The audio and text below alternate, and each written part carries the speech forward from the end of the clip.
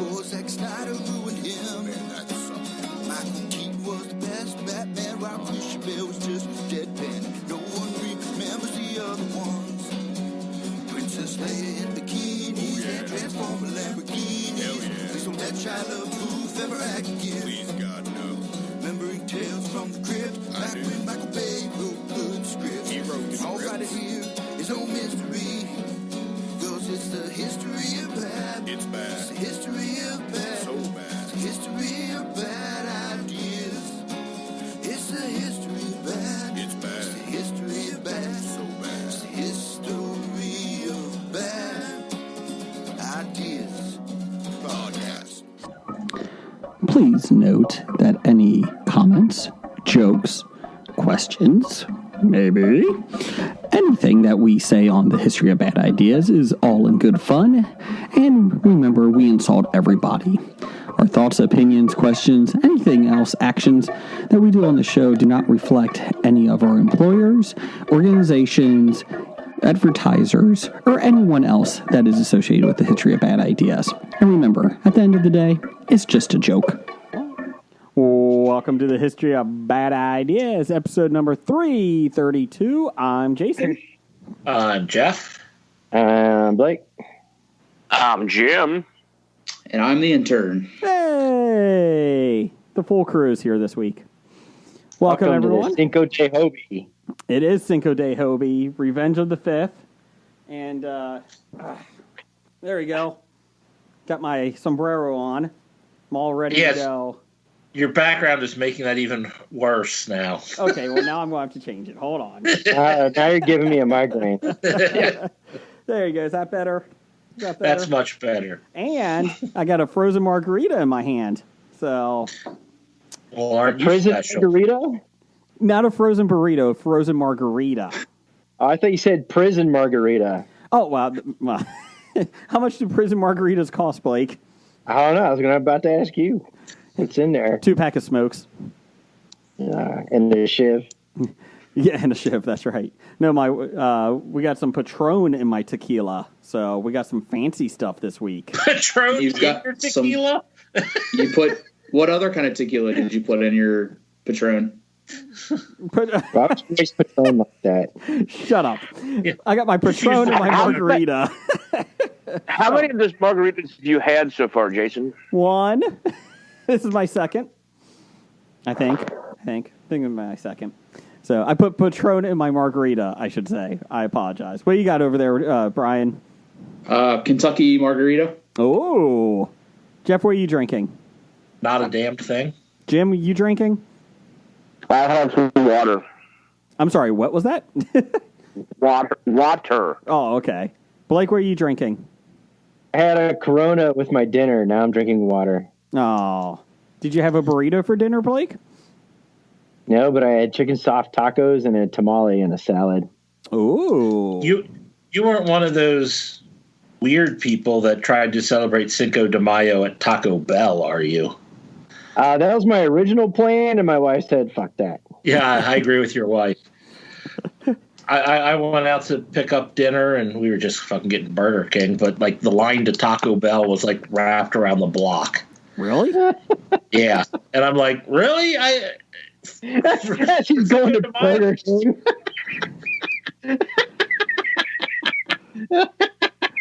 Blake's a You find that funny?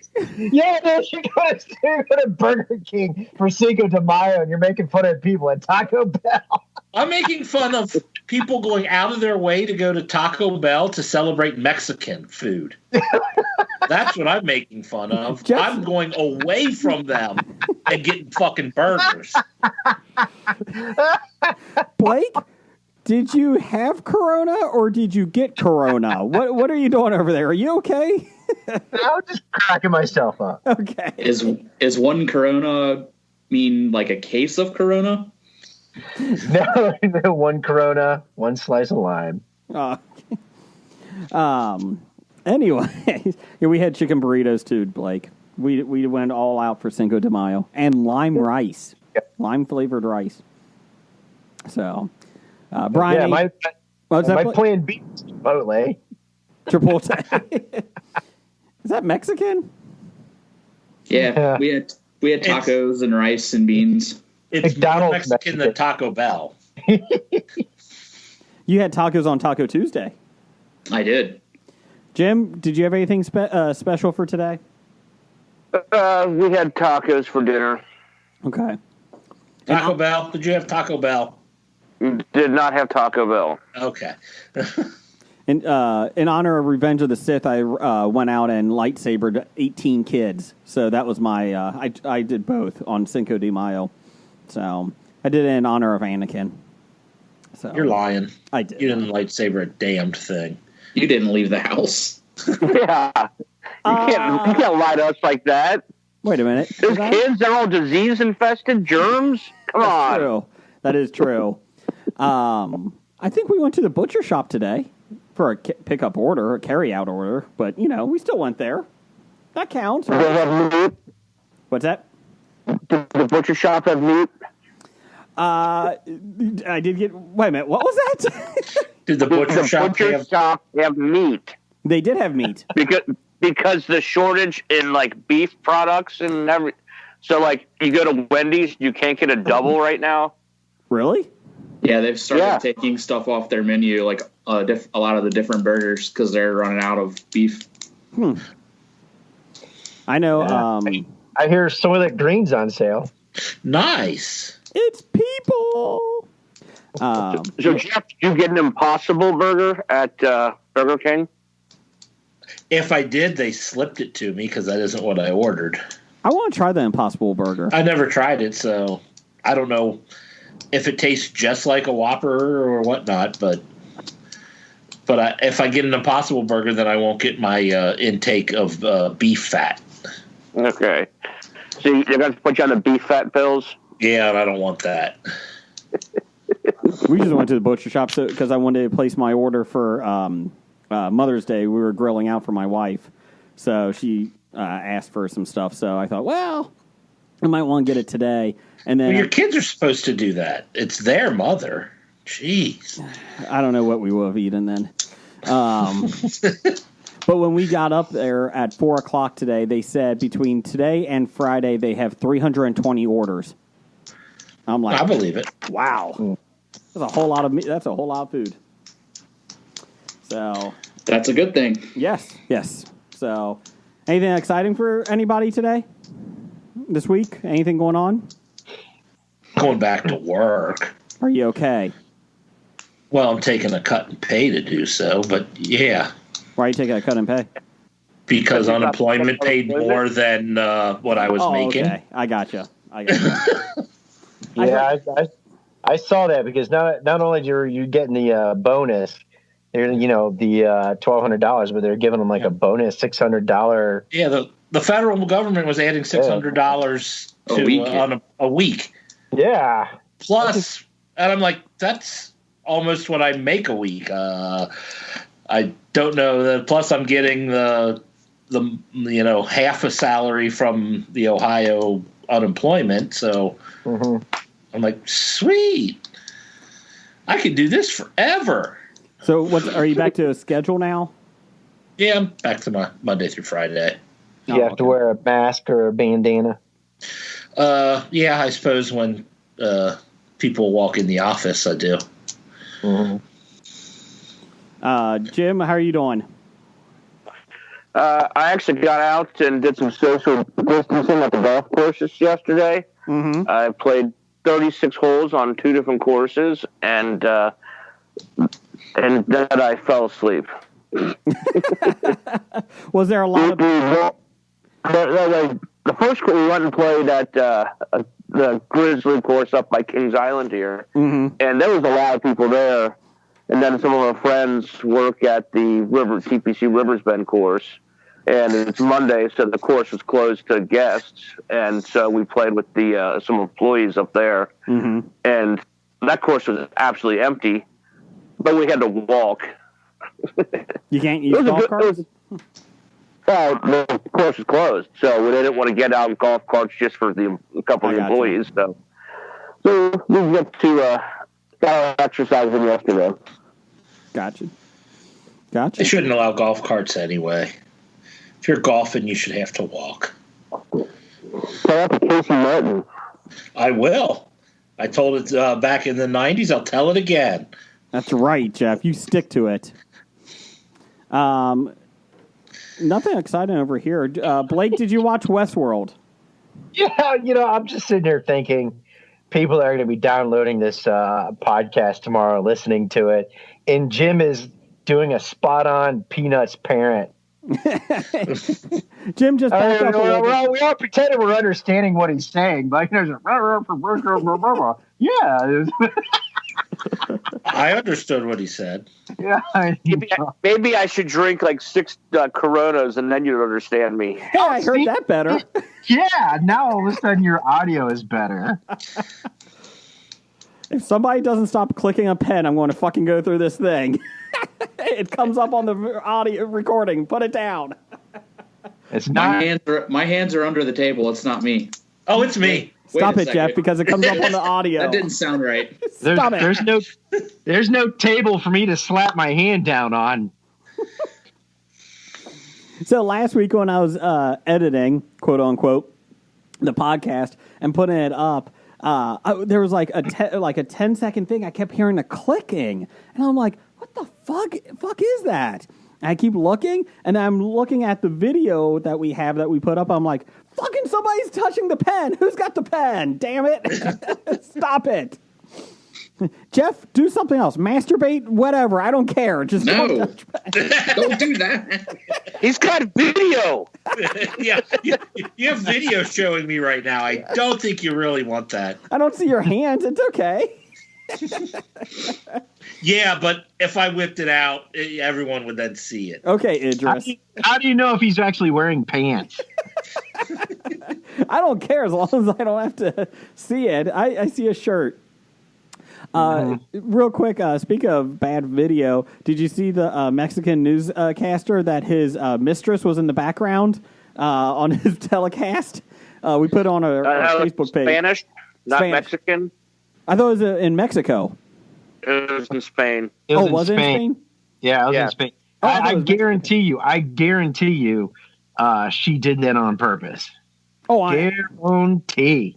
So I apologize. Spanish in Spain, newscaster was recording from his home, and I guess it was live. Well, it wasn't obviously recording. It was live Yeah. on the live TV interview. And his mistress walked by half naked, and In the background. and I guess he was dating somebody from Big Brother over in Spain. And reality TV star. yeah, so she Jinx, broke up with him. What? Why? Oh, Even after he isn't it apologized? mistress? Was he married? No, Then it's not a mistress. Yeah, he did apologize. he did apologize. He apologized on the air the next day. How did she not take him back? I'm sorry He I got caught. apologized. I'm sorry I got caught. And Blake, you're right. I wouldn't be surprised if she did it on purpose just to get rid of the other girl, the other woman. Oh, yeah.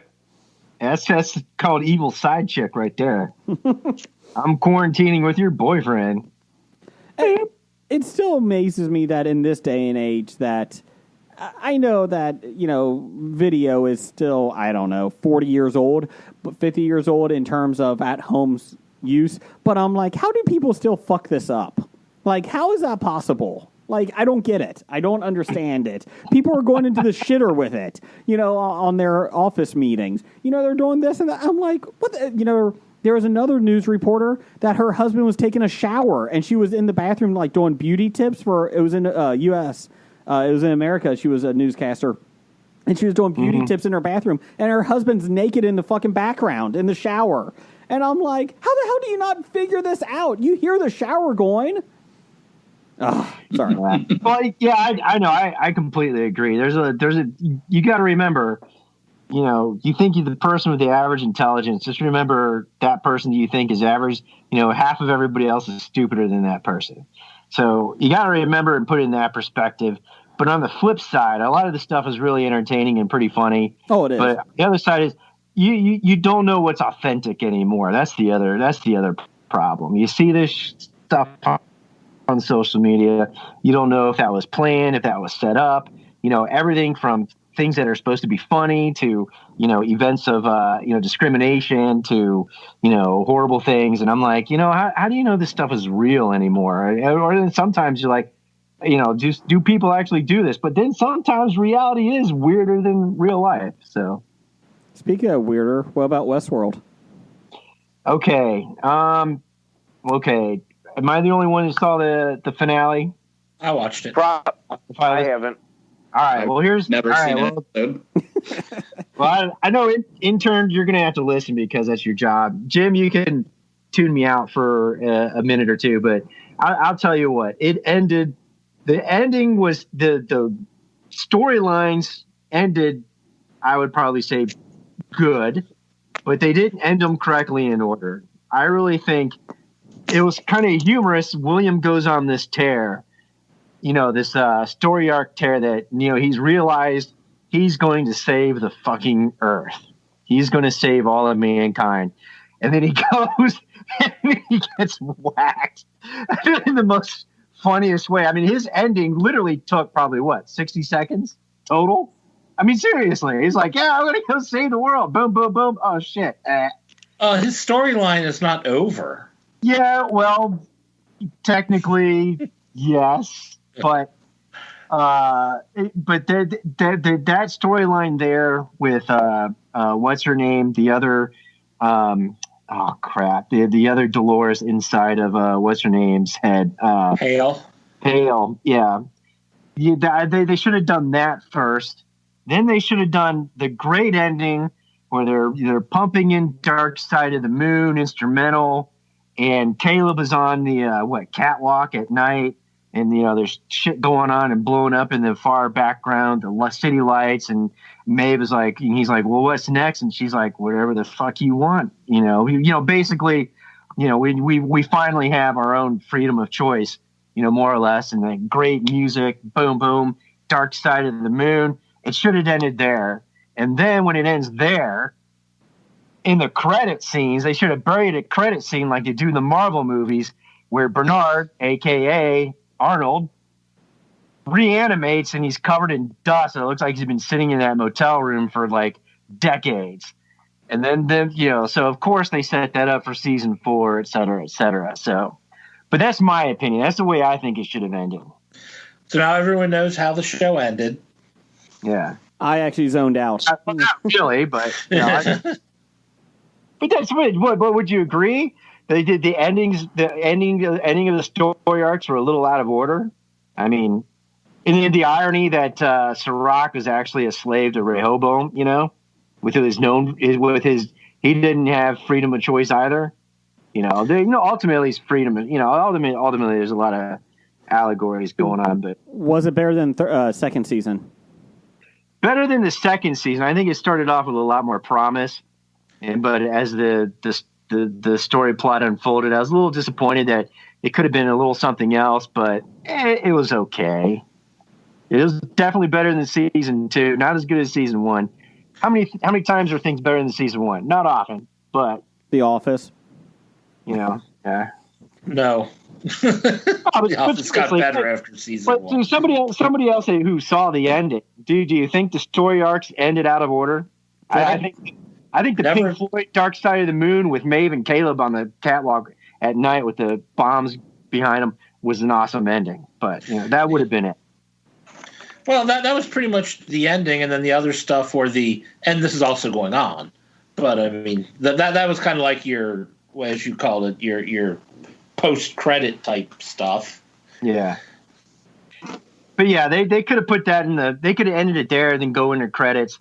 And then they could have had 2 Marvel credit scenes, right? They could have done Williams, goofy ass ending, and then they could have done, Bernard Arnold's ending. So, I'm now caught up on pretty much anything I wanted to watch. So I am ordering HBO tomorrow and starting Westworld since it's all one season now up there, so I can just binge watch. So I'm pretty happy with that now. So hopefully by next week I will be caught up. So, because it's only 8 episodes. So, Brian, have you watched anything? I watched Extraction over the weekend. Which one on was Netflix. The new Chris Hemsworth. How'd you get out of that? How did I get out of it? Yeah, how were you extracted? Oh, I see what you did there. I thought it was awesome. I really enjoyed it. They're making a second one. Yeah, I just saw that. They already signed on to do a second one. I watched 45 minutes of Jay and Silent Bob reboot. Ugh. Oh my god. I love Jay and Silent Bob. I love Kevin Smith. That was not good. It was worse than Tusk. That's how bad it was. Oh, wow. No. What? I mean, I'll admit it was disappointing, but I won't say it was that terrible. I think the reason is I can't handle Jay as the main character. That character annoys the shit out of me for more than 5 minutes. I don't know how you watch Jay and Silent Bob Strike Back. Anything with him in it. In doses, like, I can handle in, 5 minutes. Yeah. What's that, Jim? I was about to say that. You're saying exactly what I was just about to say. Go ahead, finish. I'm sorry to interrupt. I was going to say, I can handle him when he's in it for 5 minutes, and then they go to something else. Boochies. Yeah, and then 5 minutes, and then something else. Okay, I'm fine with that. But it was not good. And I really was looking forward to it, and I had to turn it off. And Jim, I think you said something about his daughter, Harley, right? That she annoyed you? That was me. Oh, that was you? Yeah. So are we done with the Westworld talk? I just got back on. Yes, we're done. We're talking Jay and Silent Bob reboot. Jeff, I agree. Harley is annoying as fuck in it, too. She was not a good actress. She is not good. No. It's like, it's great you want to give your kid a job and all, but yeah, that didn't work out as well as you hoped or even probably thought it did. What was she in? What else was she in? She was in another one of his. Yoga Hosers? Oh, that's what it was. Okay. And she was in... I still get to see that. She was in Tusk. Like one quick scene or something? Yeah. And, but yeah, I tried, and it was horrible. I couldn't handle it. Do you think his shtick's been fucked out? I think it hurts. Like as you get older, I think he just ran out of ideas. Well, like it's like, oh, I've got this idea, and he's like a whole bunch of ideas that he wants to throw into a movie, but nothing of it was cohesive. So It was like, oh yeah, we'll go on a road and we'll go do this and we'll go do that, and it's like he's having fun, he's working with his friends, but the story just has no traction. And it's just turned into a Sandler trip, Sandler movie. You know what? Let's make another movie with all my friends and we'll just have fun and fuck off. At least Sandler is, whether the plot's shitty or not, it is. But at least Sandler, it's a cohesive plot. Like, you at least have something, a beginning, a middle, and an end. This one, well, I only saw 45 minutes. I couldn't tell you. You didn't see the end. I couldn't tell you what the whole fucking plot is. Yeah. Well, you didn't see the whole plot, but I mean, there is a plot to it, but it just had a lot of loosely affiliated stuff to the plot thrown in because, I like this idea. Mm-hmm. Did you get to the Chris Jericho scene? No. Again, that entire scene had absolutely nothing to do with the rest of the movie. I just feel like we're getting, like, when it was really popular and really huge, I feel like the older we get, the less funny it gets. Like, it's just not as funny to me now as it was 15, 20 years ago. I would like to see how Clerks ages. I feel like Clerks could still do well. Yeah. I saw Clerks a couple of weeks ago. Does it age well? It's a little slower and awkward than what I remembered it, than I remembered it to be. But I think I still cling to it because when I was 20-something and I first saw it, I thought it was great. I thought Clerks 2 was really good. I enjoyed Clerks 2. I know people hate it. Some people hate it. I enjoy Clerks 2, and I think it's because they are growing up the characters and about his choices in that. But it was still funny. Wait a minute. Growing up. They weren't growing up. They were stuck in time. Everything else, at the end, they realized they needed to do something. Yeah, like get a horse fuck show. Oh my god! And ready, Blake? A B C, easy as 1, 2, 3. He's just jiggle, jiggle, jiggle, jiggle, jiggle, jiggle, jiggle, jiggle, jiggle, jiggle. That's what I did. I love hearing you say jiggle. You just love picturing what jiggles. Oh, she is a beautiful woman. God, Rosario. Woman. Cheers. I did also. We did also finally watch Birds of Prey this weekend. Your thoughts? I enjoyed it. It was a little slower than I thought it was going to be. Did you like the Birds of Prey coming together in the very beginning? Oh, no, they didn't do that. No. Did you like the Birds of Prey forming in the last 5 minutes of the movie? Minutes, yeah. That was the only part where I was kind of like, oh, that kind of sucks. But overall, I enjoyed it. I mean, be curious to see where they go with it. Pen, Brian. Pen. Put the pen down. I'm coming through this thing. You can edit it out, Jason. I can't edit it out. Damn you. So I did I'm sorry, Jim, did you watch anything this week? Nothing of note, really. Okay. The only thing I really want to talk about is the video of the girl singing "What's Inside My Butthole." My butthole. What? That then Josh Radnor and his friend did a expanded on the song. It was all released yesterday. I did not see that. I saw that you shared. I tweeted it at you. I saw that part, but I didn't know what it was about. So this lady, her 8-year-old daughter, 4-year-old. Yeah, that's younger than 8. Yes. So she came up with a song that's called "What's in Your Butthole." Hang on, I'm finding it now. I'm gonna find it on Twitter here. Is that Ted Mosby's best acting? I didn't watch it. Jim? Fuck him. Is that Ted Mosby's best acting? It was Josh Radnor. I wasn't really acting; he was singing, and it was actually pretty good. Okay. I wonder what's inside your butthole. I wonder what's inside your butthole. Maybe there's astronauts, maybe there's aliens all inside your butthole. What's inside your butthole? I always want to know what's inside your butthole. I always want to know what's inside your butthole. I always want to know what's inside a butthole.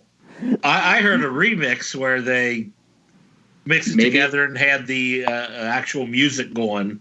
And maybe it's aliens, maybe it's astronauts. Who knows? But I didn't hear the Josh Radnor version yet. Ted Mosby. If you're a parent, why would you put that out there in the world for everybody to watch? Because it's funny. Eh. It was funny. Yeah, you're a parent. I've already changed it. That's my ringtone now. They probably was joking around with it, and I think that's something that's probably staged. There you go. It wouldn't surprise me. It goes back to Blake, what's real and what's not. It is. Exactly. And does it matter, though? If it looks real, does it matter if it was staged? And then you're even worse. The funny thing is you see all these musicians who are tweeting it Tom DeLonge from Blink-182 was like, this was an original Blink-182 song that we never published, so we're going to need some royalties from this. And then Haley from Paramore, I'm suddenly self-conscious about my album because if I'm honest, it'll never be as good as this. So. Not only was it Cinco de Mayo, it is Revenge of the Sith because yesterday was Star Wars Day. May the 4th be with you.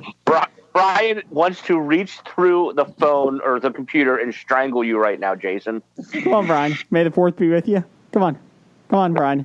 Come on. Now you're making him drink. Every time I say Star Wars? Do you have to drink? No, just the May the 4th be and the May the 5th. Just bullshit. So stupid. I hate it. I do like that. Sorry. I do like that everybody was talking last year, like at the end of the year, like 2020 is going to be great. Cinco de Mayo is on a Tuesday for Taco Tuesday. 4th of July is on a Friday or Saturday. Halloween's on a Saturday and all this. And then it's like, 2020 came in and it's like, fuck it. We're all screwed. We're staying inside anyway. So it doesn't matter if it is on a good day or not. Even Cinco de Mayo, we can't go out. So, but anyways, the 4th of July, or May 4th, may the 4th be with you, Brian. I was on Cinema Guys live stream last night on YouTube. You can check it out on their YouTube channel, Cinnamon Guys. All right. The Cinema Guys podcast on YouTube, or go to our Facebook page at the History of Bad Ideas, and there's a link to it. So I do want to say just real quick, thank you to those guys, Brad and Justin, everybody, for letting me come on. We got to talk Star Wars for 2 hours, and the best part was what? Brian's eyes just bugged out when you said that. Oh, great! Two full hours of that. The best Sounds part awesome. is the MVP of the whole thing was one of our Hobie listeners, Brian Auer, A-U-E-R. He was awesome. He was feeding us questions, and he was answering our questions that we had no answers to. So, because you can live stream with us. So I appreciate that. That was a good time. No, they should have him on, is what you're saying. Yeah, I don't know why I was on, but he should have been on above me.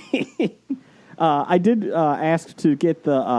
I was bitching because they don't really make any toy play sets anymore about Star Wars. It's all that Lego stuff.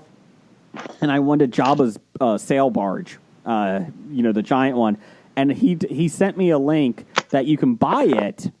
They had made one 2 years ago for $500. It's 4 feet long.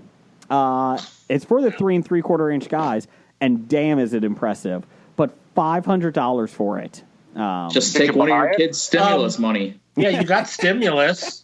I bought a tiger. That's what it's for. I bought a tiger, Brian. I can't. I want to see it. He's still a kitten, so just be really nice to him. There You paid $1,200 for my Dalmatian. Joe Exotic, help me! That's a great Nicolas Cage impression. Thank you. Oh, that's terrible. Nicolas Cage is playing Joe Exotic in a Netflix miniseries movie. Miniseries. Is it Netflix? I don't think it's Netflix. I don't know who it was from, but it was a miniseries. It's Netflix. I'm pretty sure Netflix is doing it.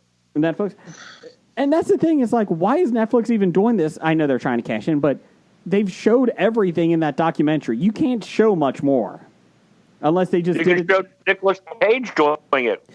Unless that's the only thing Netflix is like, we're not really interested. We got Nicolas Cage. Done. Let's do it. Let's see what he does.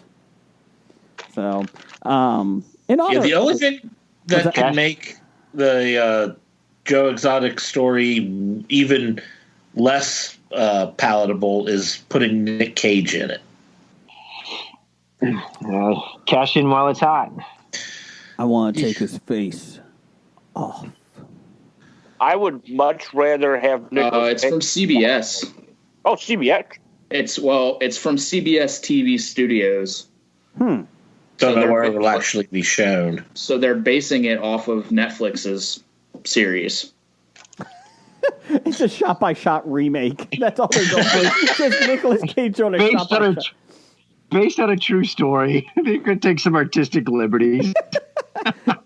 He's riding a tiger. Or are they going to show Carol actually killing her husband in that one? Allegedly. Allegedly killing her husband in that one? I just want to see. Spraying his shoes with what kind of oil was that? Oh God. Yeah, so the tigers would go after her feet or go after her. After him. I just want to see Nicolas Cage say Carol Baskin's that bitch. I just want to see it. Carol fucking Baskins. That bitch. Back to the May 4th. In honor of Star Wars Day, our Twitter poll of the week was, what is your favorite Star Wars film? And you can go to us at Bad Ideas Podcast and vote next week when we have it. Another poll. So this was pretty neck and neck. And then in the last, I would say 3 hours before it closed, everything jumped to one. The options, first off, were A New Hope, Empire Strikes Back, Rogue One, or Other. Three of these films tied with 18% of the vote. And it's not like we only had 15 votes. We had a decent amount. And 3 of them had 18%. The winner with 46%, Empire Strikes Back. There was a huge push for Empire at the end. So, not a surprise. No. So people were saying one person had Return of the Jedi for Other. They said that just because the battles were nice, and they really enjoyed the battles and the lightsaber fight. I might have voted Return of the Jedi if they didn't, in the special movies, get rid of the Yub Nub song. Yub Nub.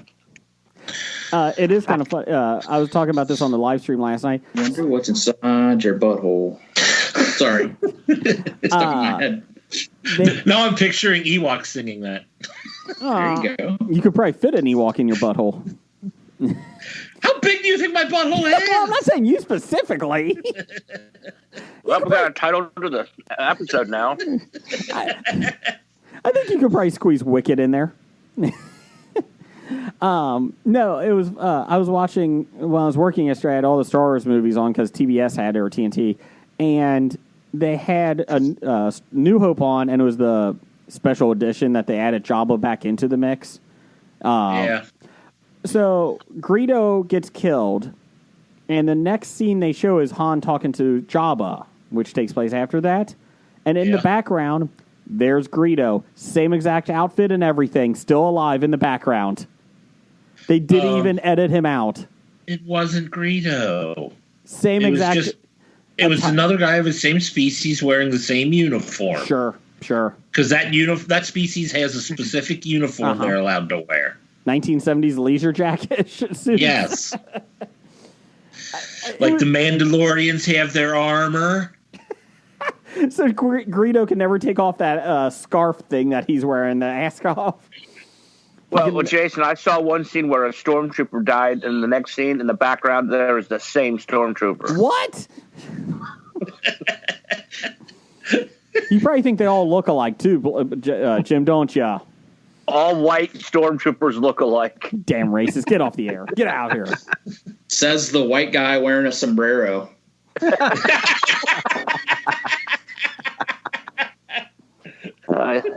We're all about cultural appropriation on Hobie. Yeah, culture appropriating the Mexican heritage, Jason. Good job. Yeah. Oh wait. Actually, you're paying homage to the Three Amigos, which is what actually celebrates the Cinco de Mayo. It's what it's all about. That's right. But we're in America. There's no such thing as cultural appropriation. We're the great American melting pot. All cultures are part of our culture. If Elizabeth Warren is 1/50th Native American, I think could be 1/50th something. I'm sorry. I think that's more like 1/5000th. Yeah. Elizabeth Warren, I think that's just bullshit. I'm just going to go with that. I do say the only positive thing that's really come out of the pandemic is that I don't have to go to my place of employment and deal with fucking assholes coming in on days like Cinco de Mayo and St. Paddy's Day and just being obnoxious fucks. Oh, I'll be honest. I'm very happy the quarantine's going on, so if I did have to go to any place, I don't have to deal with them. Especially downtown where I work, it's a pain. So I'm with you, Jim. I'll agree with you on that. So, but don't you get decent tips on those days? No. Really? No, those are the worst tipping days. We make money on pure volume, and so it's just. And these are the worst people coming out. I'm going to go out and get drunk because it's Cinco de Mayo. That's stupid. It's kind of like New Year's Eve. St. Paddy's Day. I need 17 car bombs. No. And by car bombs, you're talking the drink, right? Yeah. Okay. Yeah. I am really I'm really thinking that the next St. Patty's Day, when we're there and somebody orders a car bomb, one of my fellow bartenders, Mike Pierce, is probably going to blow up the person's car. Oh, good, Jim. Call them out now that when that happens. What if they ask for Irish whiskey? What are you going to do then? Pour them some Jameson or some Bushmills. Oh, okay. What about Give them snake Irish bites? whiskey? Give them some Crown Royale. Make sure you put some Patron in the Be tequila. impressed. And if a car got blown up in Dana's parking lot on St. Patty's Day, the first person to look at is Pierce. I am not calling him out for anything. Everybody knows this already. On a side note, if you're in Cincinnati, don't forget you can order food at Dana's Gardens in Cincinnati, Ohio. Jim could cook it for you. So give them some just love. don't order a car bomb. To go. It's okay. You can order a car bomb to go. It's fine. Are you selling alcohol, Jim? Yes, we are. Okay, that's what I thought. You're allowed Go. two alcoholic drink or two liquor drinks with a food purchase. Yeah, because we By the state of Ohio. ordered from the local bar here in my town on Friday, and they're like, "Would you like a margarita with that?" And my wife's like, "Damn, you're straight! Throw that margarita in there." So, The local bar. well, I don't want to get called out. Your town has a bar. We have two. Thank you. 2. You've got more than 2. 4. We got 4. Okay. Do it again. It's going to go up to 8. Just keep going, Jeff. Well, you got the concert venue where all the bands play, all the We do have a concert. cover bands. We do have a concert. We do have a we do have a bar that does a lot of cover bands. Unfortunately, Chris Jericho's group Fozzy was supposed to be here in July. They are not coming now. Quite disappointed. Oh, you suck, 2020. Damn you! Before we get into listener feedback, we did just get 2 questions, and since Blake won't see them because he's not on Twitter, I'll do this before we get into Blake's official listener feedback.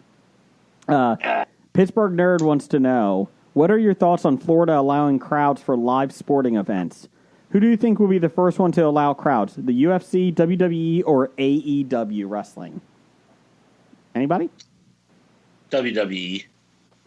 They'll bring everybody. Well, if that's my choice, that's who I think will be the first, because I mean they didn't want to get rid of the crowds in the first place. They don't care about the health; they just care about the money. Yeah, I'd say WWE probably. Dana White might push for live crowds at a fight. So UFC. Who is coming out of this quarantine looking worse, Dana White or Vince McMahon? Vince McMahon. Yeah. Well, since I have no clue what Dana White's been saying or doing, I'll say Vince McMahon. On a side note, though, Dana White is building his own island, a fight island, which is like the. That's kind of cool. That's like pure James Bond evil scientist right there. It is. But they're not fighting to the death. You think? Jim, there are no rules on Fight Island. Although, since we're talking about fights, did you guys see the awesome fight that was just signed? What's that? The Beast versus the Mountain. Oh, Hafthor Julius Bjornsson versus Eddie Hall. No. World's Strongest Man 2017 versus World's Strongest Man 2018 to a boxing match. it's a boxing match? A boxing match. Shouldn't they be like lifting stones or something instead of fighting? They are taking. It started when Bjornsson set the new deadlift record, but he set it in a non-competition, like just doing it in his gym thing or something. So Eddie Hall. Kilograms? 501 kilogram. Yeah. I saw it said he decimates the, like 1 kilogram over. It was Eddie Hall had it at 500 kilograms. Bjornsson set it at 501, but it wasn't in any competition or anything. It was just him lifting it on camera. camera. So how official that is or whatnot, I don't know. So Eddie Hall was pretty much saying, I know you can do it. I know blah, blah, blah. But I mean, you're, got to do this in competition. Otherwise you're just, being a, strutting for no reason type shit. And so they kind of went back and forth on Twitter, and some fight promoter said, hey, sent them contracts, and they both signed. So it's going to look like two drunk Tyrannosaurus Rexes fighting. Well, it won't be for another year and a half. Oh, God. So they got to like September of 2021 to get into fighting, prepare for it. Yeah. Well, you get the. I think it'd be more interesting if they both had to pick a tree trunk and beat the shit out of each other with the tree trunks. That sounds like World's Strongest Man beatdowns. Did anybody see there was a video released like 2 years ago, just a small little clip of a sparring match between Bjornsson and McGregor. Conor McGregor. And is big and as tough that people think Conor McGregor is. Conor McGregor made the comment, one punch and he'd kill me. Because the size, Bjornsson has him by almost like 180 pounds. Yeah. And like a foot. Yeah. Yeah, he was just ragdolling him around. Like it was really funny. They did say. I'm sorry. Jason. No, go ahead, Jim. Go ahead. The other guy, I don't know if Jeff has seen the show that was on History Channel. It's The Strongest Men in History. Is that the one that Eddie Hall and Eddie Hall, Brian Shaw, who are the other two guys? Oberst. Yeah, Robert Oberst and the old guy, Nick Best. Nick Best, yes. Magnus for Magnuson? No, he is. Magnus for Magnuson was there when Bjornsson set the world record. He is one of the judges. He's moved on to judging now? He's retired into judgment? He's coaching and broadcasting. Okay. I've seen him do all of those. Nice. Yep. But if you haven't seen The Strongest Men in History, was actually pretty interesting. I think it's 8 or 9 episodes. Yeah, I've seen a couple of the episodes. Welcome to World's Strongest Talk. If you want to do an entire episode on it, we can. Next up is laundry talk. So we can start in 1977, and we can talk about the big feud between. Now I'm on the spot, blanking on their names. Oh crap! Jim, you could just make up names, and nobody's going to call you out on it. I would not do that. Was it Reinhold? Yeah. Bob Reinhold and damn it, Jim Crane. No. Oh. But they did have guys like Ivan Putski and Patera. Ken Patera. They were in it. They didn't come close to winning. The powerlifter guy won it. Is that before or after Patera went to prison? I'm guessing before, because he wasn't in prison. It is. It was Bruce Wilhelm and Don Reinhardt. Okay, yeah. It's something to go along with Sean's question from Pittsburgh Nerd. Miami Dolphins did announce that they're trying to get certified by whatever health organizations down there in Miami, that when the football season does start, whenever that is, supposedly as of now, September, that their stadium will hold 65,000. They're going to allow 15,000 in, is what their goal is.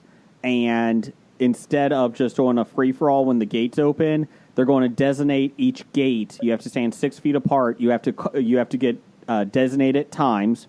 So, Jeff, if you had, the game starts at 1, you would have 11:30. You're at gate 1, your tickets. Brian, you're at gate, 3 for your tickets. So, at 11:45. So they would kind of separate everybody. They would let you go in The Dolphins would also, instead of going up to the concessions, you would actually just order it from your seat, and they would ding you on. They would send you a message on your phone to go get it when it's ready. So they're trying to toy with that idea. As of now, the NFL hasn't said that they're going to let fans in, but the Dolphins are basically taking a proactive approach and said, we can do this if you base it on this, this, and this, and they were given ideas about it. Well, they are in Florida, so they're not going to pay attention to social distancing anyway. You know what? As fucked up as Florida is, now you could say it's also because their testing has not been strong, but they do have low death rates in Florida right now. Did you actually hear that they are not allowed to report their rates? That could be the reason why they have low death rates. Yeah. Yeah, they stopped reporting their numbers. I was trying to go with it, Jeff. No, Florida is sounds part terrible. of the problem. Yeah. That just sounds like it would be terrible. I'd rather just watch it from home. Oh, yeah. I really enjoyed going to the games, and I love my seats. But if I have to get there like at 11 o'clock and stand around for 2 hours before the game starts, and correct, I'm just going to stay home. Yeah. And obviously there's going to be no tailgating or anything like that. Hold on a second. Yeah, I was about to say, as long as you have a beer, isn't that called tailgating? Well, you'll be inside the stadium and you'll have to pay the stadium prices. But if you're drinking a beer, doesn't that kill the coronavirus? Oh, definitely. Only if it's a car bomb, an Irish car bomb. Or a flaming Dr. Pepper. Yeah. Just thinking about how terrible crowd control is trying to get into the Bengals stadium. There's zero possibility that they could ever organize it that good. Oh no. Yeah. They would be able to pull it off. You're going to have 40,000 people just show up. Just show up. Yeah, exactly. See ya. What do you mean I have a time to get in here? Yeah. Nobody told me. I got a ticket. Let me in. My issue is, though, that it's tough to watch. I don't know if I could. It's going to be tough to watch the sports without crowds. It's tough to watch wrestling without crowds. I don't know if baseball will be as bad. I'd have no problem watching real sporting events without a crowd. Okay. Right. I agree with you. Because they play up to the crowd and it's kind of part of the show. Mm-hmm.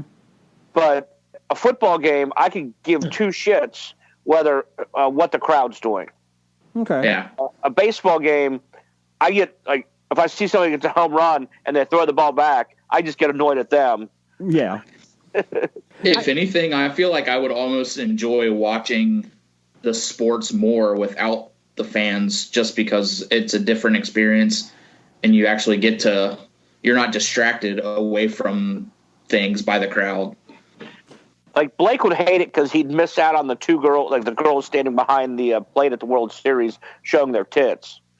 Yeah, that's true. If there's no crowds, I'm going to be a little upset. I don't know. There was that one game in Baltimore that they played a couple of years back with no crowds, and I think it depends on the sport, though. Nothing wrong with the game. I say if you're the home team, you're allowed to. Here's what I'm Pipe in noise. Pipe in noise, but it can't be fake noise. You have to have a mega 20,000 Zoom watch party for your home team, like they did the NFL, where you're piping in the fans from the internet for their draft picks when their picks were up, and you got to stick them on the board, and they didn't, the big screen, and then they got to be as loud as possible. I think they should do a laugh track. I think they should be allowed to use a laugh track. That's true. That'd work as well. Hey, it would be great because you could actually hear when the opposing players coming up to bat or something, and they play really bad songs for them. Plus, I think what's in my butthole? I want to know what's in my butthole. Do that for every player. I feel like they could, if they would.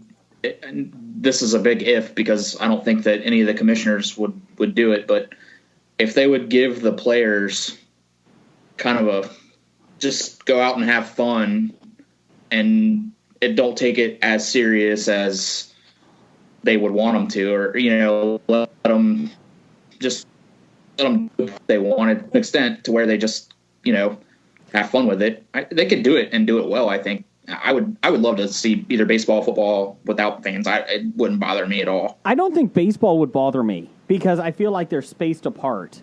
It's not like a closed field.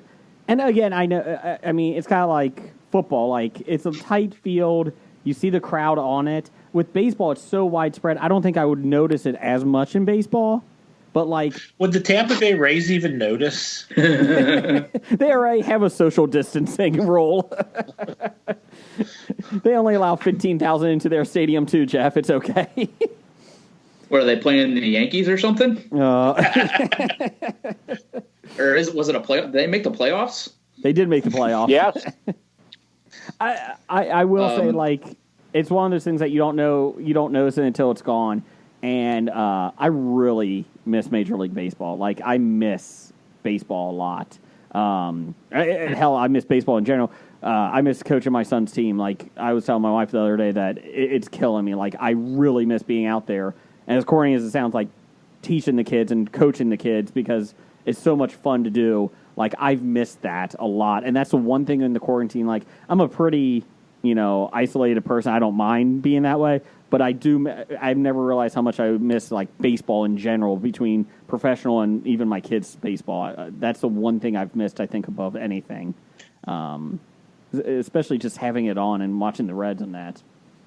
So do you miss our Friday softball league? I miss gathering with you guys afterwards. I don't miss playing, though? I do enjoy playing. I do enjoy. Okay. I do. Even my wife said to this week that she's like, you've been a little bit more down this, in the last week or so. I was like, yeah, I don't know what it is. It's because it's spring and you can't do spring stuff.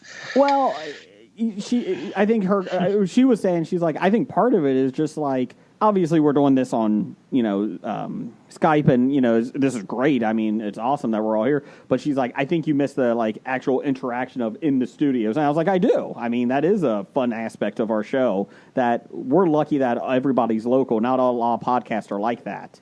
Or there are, but I mean, not, as famous as us. Nowhere near as good as not any as good as the crew. 330 episodes in, they're not still gathering every week. So I like I said, I think those are the things that, like I said, I do miss. Like I miss game night. I miss game night. That's been rough. So we're going to have to do a game night on Skype, I think, one night, Jeff. Can we do that? Yes, I got that card. Yeah, that's true. Just not being able to play softball and hang out on a nice, cool spring, summer evening is kind of annoying. I was like, I'm all for getting back to normal and I'm all let's get the herd immunity thing going. Let's go. Yeah.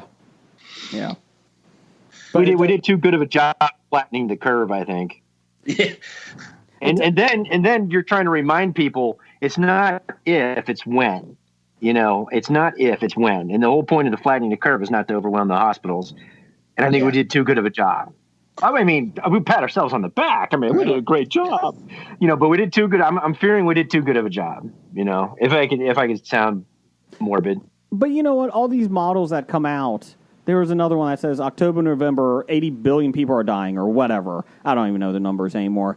And it's like, but you don't know that. Like every model that they've shown has had some type of variable that has fucked up something. So those numbers are never correct. And it's like, it's always... No, it's only as good as the data that's put into it. Correct. And the data is awful. It's awful. And we're working with something we know hardly anything about. I mean, something that pretty much came to our attention the very end of last year. So we've known about it for 4 months. Yeah, and we're expected to, know everything about it. I mean, hopefully somewhere down the line, a good workable vaccine comes out. I mean, that's or I think away. what our end goal is. Yeah, but look how many people get flu vaccines annually. Look how many people that don't get flu vaccines. Well, annually. that's because, if the option comes up that says, "Hey, we've got this vaccine that is credible, I'll go get the damn vaccine." Yeah. So hopefully, then I won't get this strain of Corona. My Corona. Where, if you elect to not get it, that's fine. But if you drink some Corona Light, you don't get the full Corona. There you go. But that's the thing. I mean, and not to go into a big thing, but it's like they're predicting all this shit. It's like nobody knows how this is going to react. Like Jeff said, you have no idea. I mean, there's too many variables out there between now and then. So when we need a Rehoboam, we don't have it. What did you say? When we need a Rehoboam, we don't have it. Anyway, it's the computer algorithm that predicts everything and tells you what to do to prevent certain things. Oh, well, I thought that was just watching The Simpsons.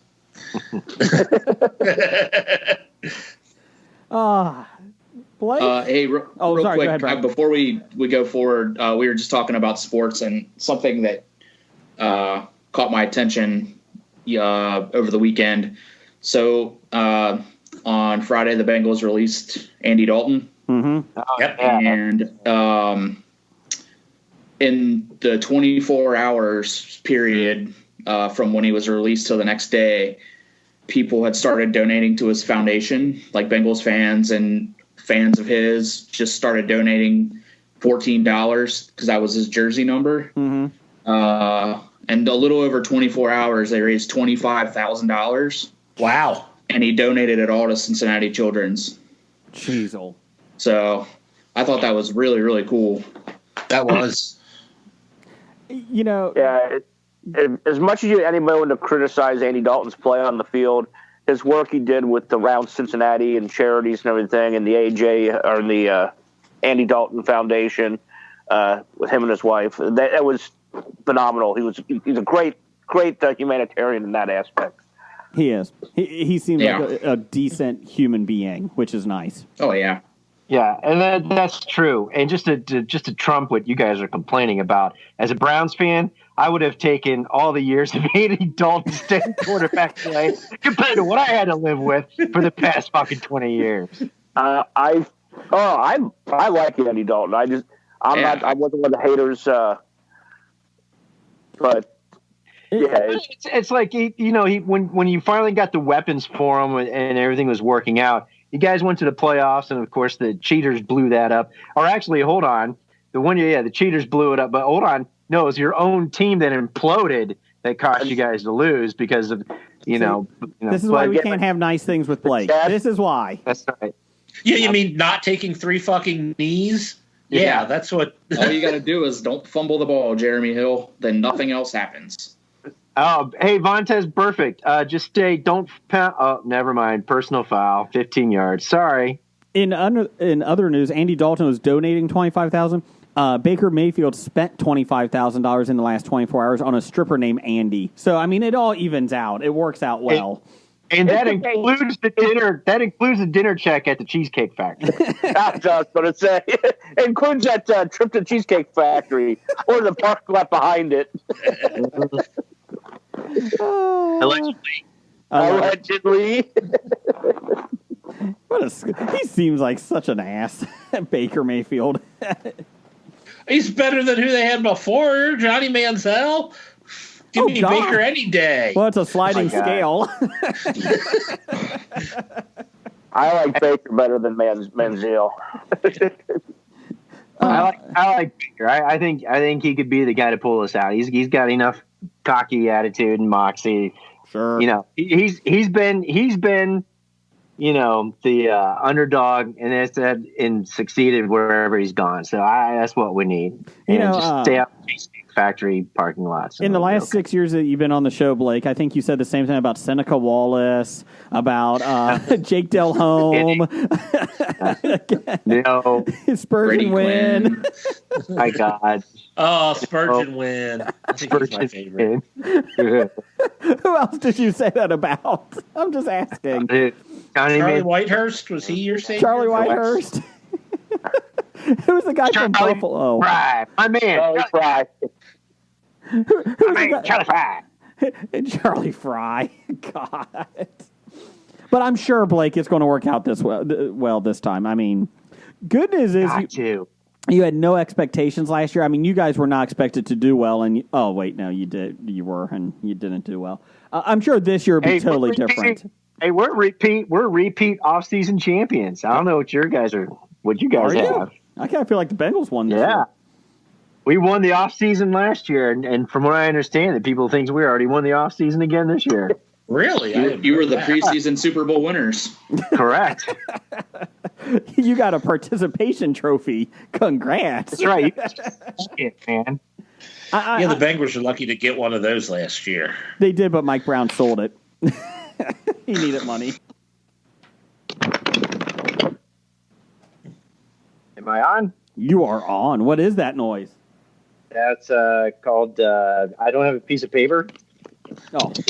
How's that? Better.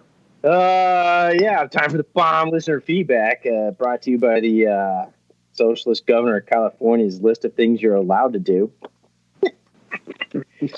From Doug.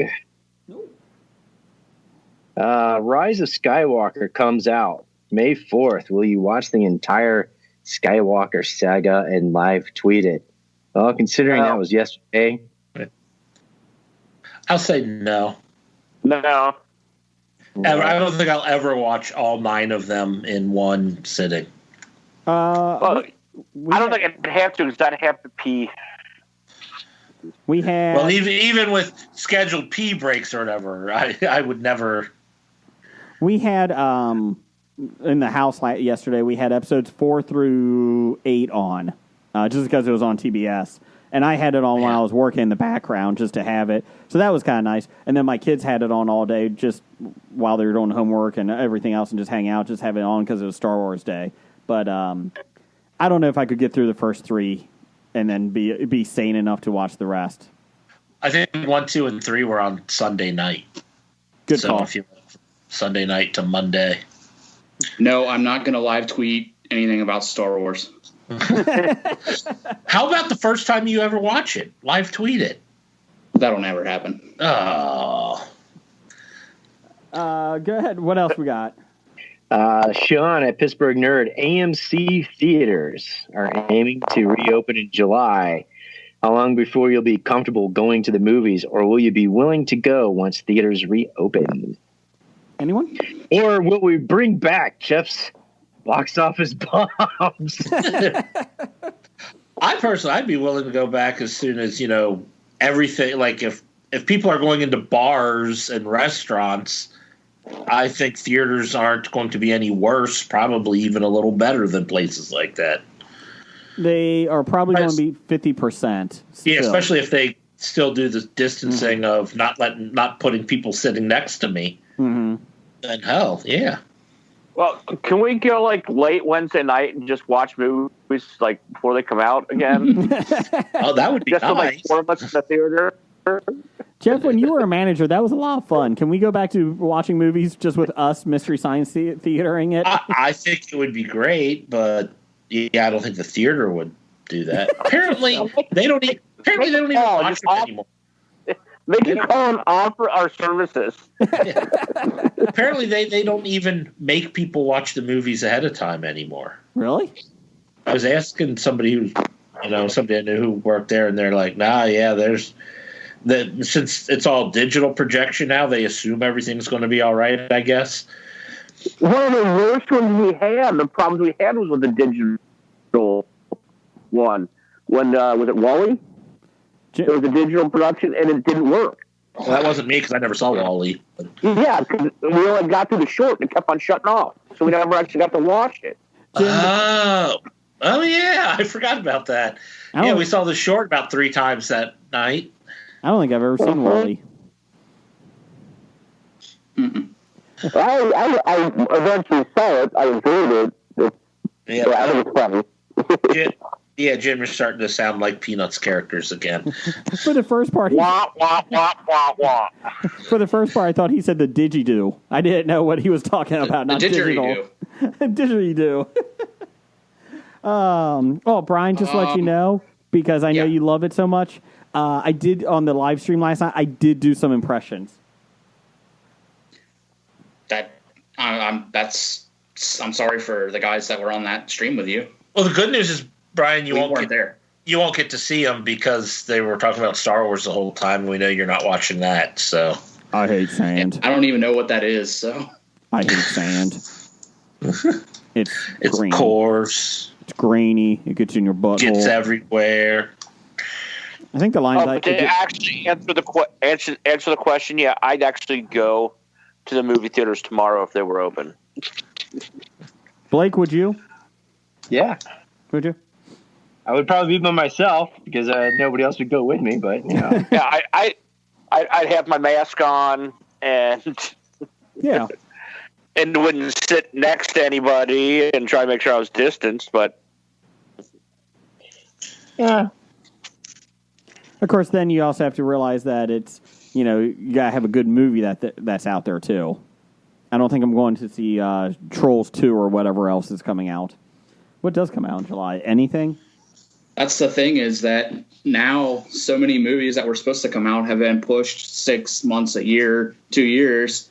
So when they do open up, what's even going to be available? I mean, I guess they can change it and change the release dates, but I'll take a look. I want to see what's coming out. So, what it won't be is the New Mutants. So just to show you how this, and we'll talk a little bit more, but speaking of movies here, so worldwide for 2020, these are the number one films. Bad Boys for Life at 419 million. Sonic the Hedgehog at 306. Dolittle at 223. Third best movie of the year. And Birds of Prey at 201. And then after that, Invisible Man at 123 million. I mean, obviously, you got to take into effect a lot of them were not released, but just to see that at the box office right now, it's like, geez, oh Pete, only 4 movies over 200 million.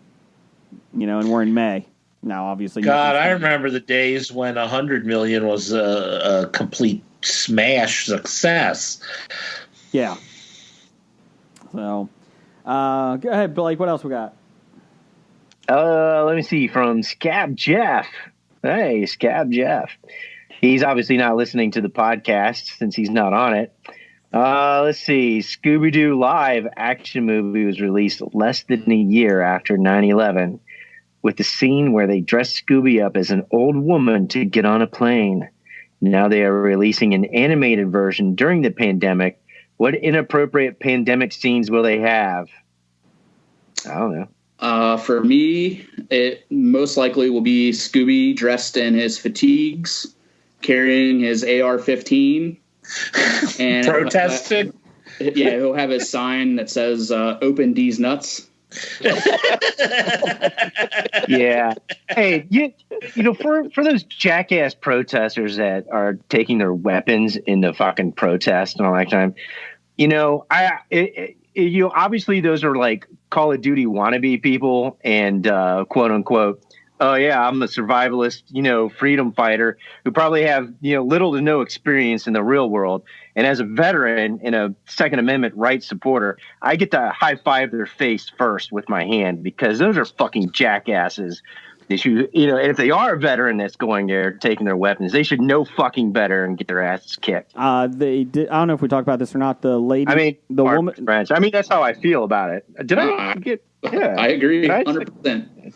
The woman who led the protest in South Carolina, that, you know, they were taking her freedoms. She tested positive for coronavirus last week. Oh no! Really? Oh no! I don't believe it. Who could have seen that coming? I thought that was kind of funny. Not that you want anyone to get hurt. Whatever. Fuck it. I don't give a shit. That stinks. At that point, you know what? You made a bad choice. Sorry. Just Now, in 3 weeks, there's when like- you- There's a long list of people Or who she's I smart don't mind if they out of the catch way. it. or was she smart in getting it out of the way? Thank God I got it. Now I'll be free in 14 days. or dead. One of the two. Yeah. Jim, what did you say? 95% chance survival rate. Let's You said I said there's a long list of people who I wouldn't mind getting this virus and getting really sick. I'm not wishing Copeland? death upon anybody, but these assholes who are doing these protests and that shit. Yeah. I hope you do get sick, and I hope you're violently sick for 2 weeks, and then you recover. Then maybe you'll have a little common sense. Yeah, right. Jim, they really need their haircuts, man. they would have had a level of credibility with me if they protested and kept social distancing. But no, they didn't. So Some did. all these people, Some did. All these people say like, "I want to work. Then go get a job at Kroger." You can work. True. Domino's is advertising that they're hiring. So Yeah. if you really want to work. Yeah, they're paying for TV time to say we need people to deliver pizza. Unfortunately, you have to eat Domino's. That's the problem. You don't have to eat it. You just have to You just deliver it. deliver to other people. Yeah. no. Real quick on movies being released, the next movie that's in theaters, not video on demand like Netflix or Amazon, The Empty Man in August 7th, 2020. Nothing else between now and then. Nothing scheduled It's like before I'm August going 7th. The Empty Man. The Empty Man and the SpongeBob movie. Same day, Ooh, August all right. 7th. And Wonder Woman is the following weekend, August 14th. Jeff, you think Wonder Woman gets pushed back again? I don't know. I'm trying to think. I think August is a pretty good mark for what I think will probably be allowed to open in theaters or whatnot. So I think it'll have a lot to do with what they do with schools. Yeah. If they, if they don't reopen the schools or they push it back or do something like that, then maybe I could see that time. well, that's true because schools nowadays open about August 14th, don't they? Yeah. Some states, yeah. Some of the if they enforce social distancing in cinema, you're not going to have to worry about some asshole sitting next to you. So that's good. true. Yeah, I mean, on the positive, if Wonder Woman's the first big film to come out that time and everything's better, it's going to do gangbusters because people will be looking for something to see. So maybe that may not be a bad idea. Yeah, local cinema has. Well, it'll do 50% of what it would have done. Correct. Yeah, Well, if because they're limited the number of people in movies. That's why they're pushing back because they want full houses instead of selling half house. But also something like our local theater has 14 theaters. If they have only Wonder Woman to show, it'll be on 14 screens. Yeah. As opposed to 2 or 3 it would normally have gotten. No, I So- want SpongeBob on one of those too. Oh, okay. Gotta have something for the kids. SpongeBob on Saturday afternoon, and then Snake Eyes, the G.I. Joe movie's coming out October 23rd. really, Yeah. is he going to have lips built into his I mask? knew that's why I said it. They already greenlit the sequel. They got the sequel, so yay. I mean, looking at the movies, once September hits, I mean, there is decent films coming out. Like, well, in theory, Quiet Place 2.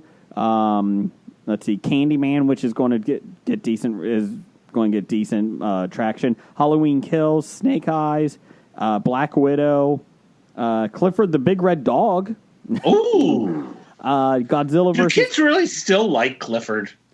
My 3-year-old likes the books because we have them from my oldest, from when he was little. But I don't think Because I thought Clifford was stupid when I was a kid, and I can't understand. My still. issue is who cleans up the shit. I mean, come on, they never mentioned that.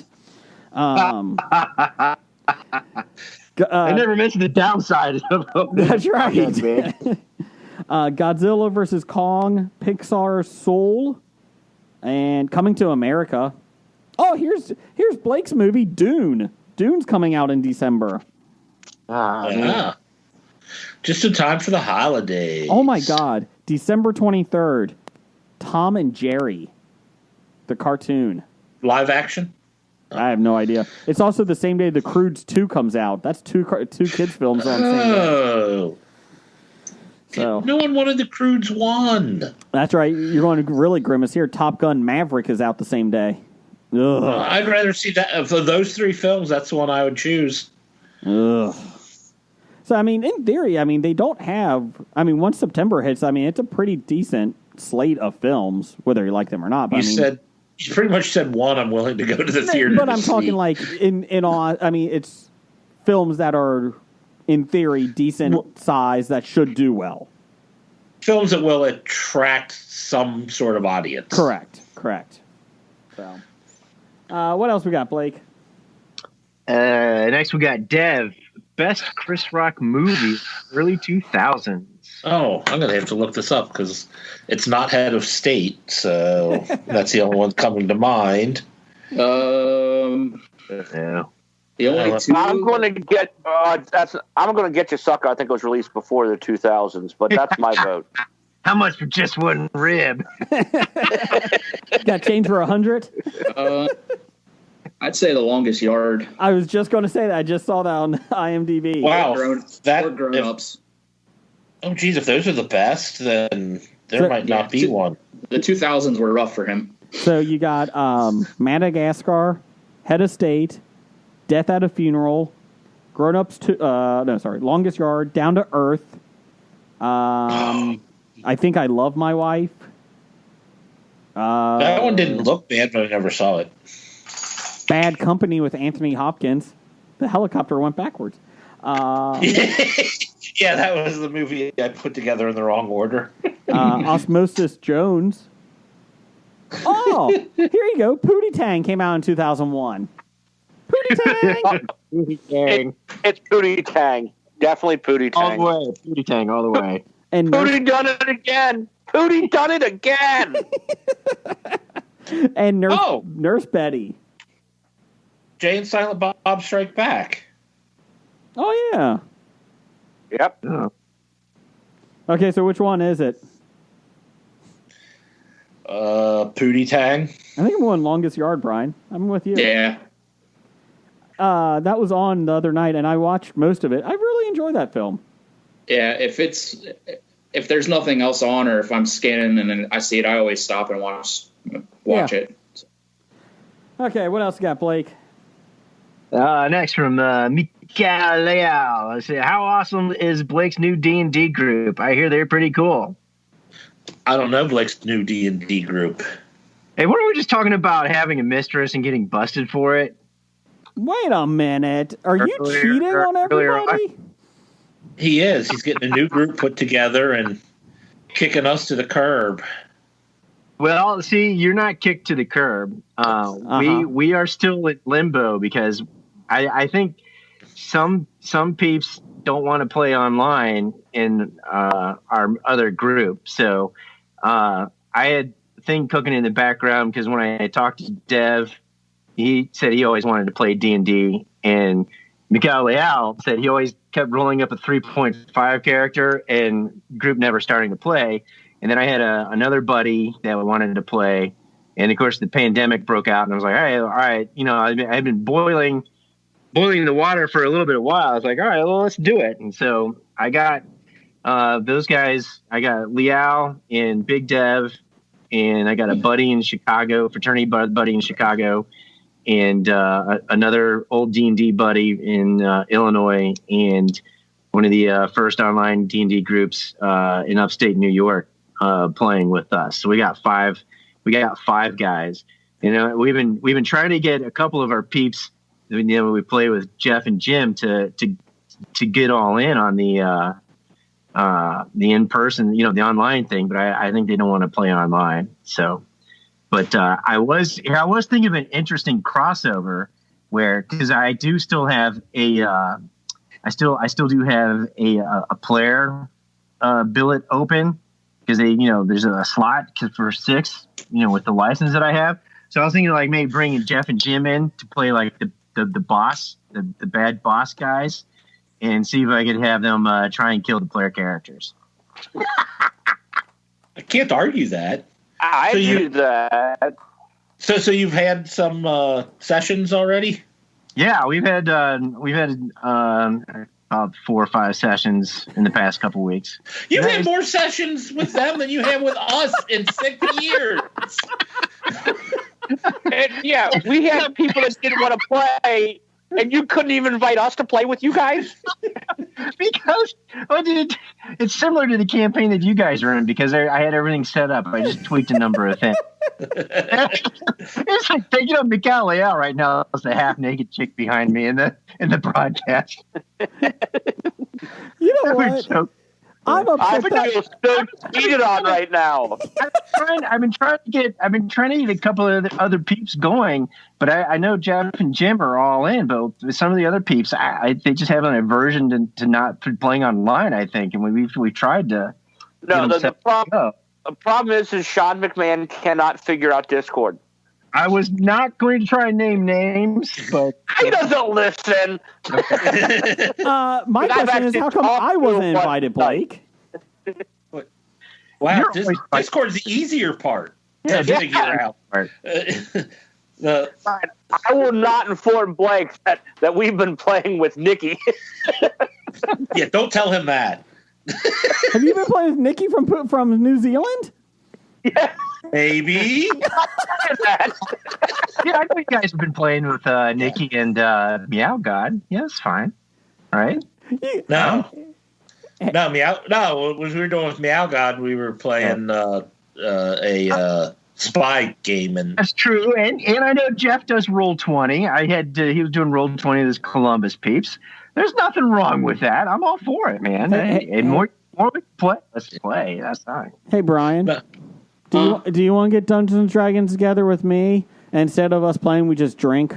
You want to just do that? I'm a dragon. Drink.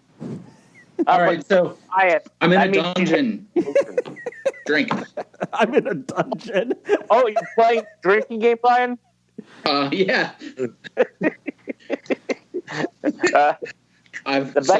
During that question, I've refilled my glass. I let the dogs out.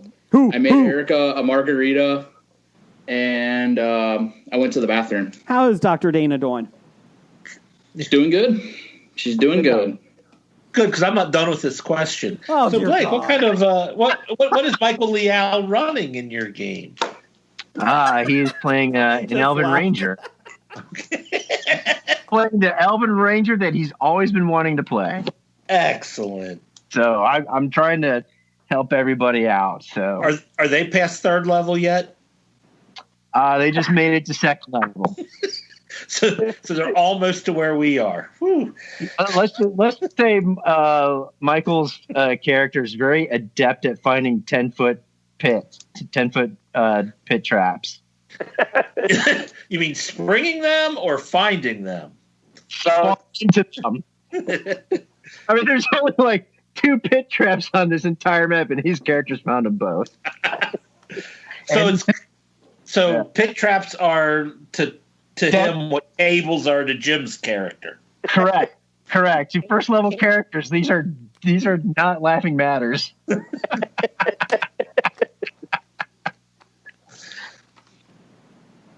Oh, let's finish it up with Doctor Number 1. All right. Oh, anyways, from Professor Number 1 and Doctor Number 1. Of the actors who played Finn, Ray, and Poe, which one will have the most successful career? So you're going to compare them to Mark Hamill, Carrie Fisher, and Harrison Ford, right? So who'll be the Harrison Ford of this group is what they're saying? Yeah, who will be the Harrison Ford of this group? Oscar Isaac. Brian. Oh, he's done stuff so far. I'd like to see. I would like to see Daisy Ridley and John Boyega and other things, but yeah, if John Boyega does become the next Bond, that would be awesome. I like Daisy Ridley a lot. I can see that. I like Daisy Ridley. I like I mean, I like them all.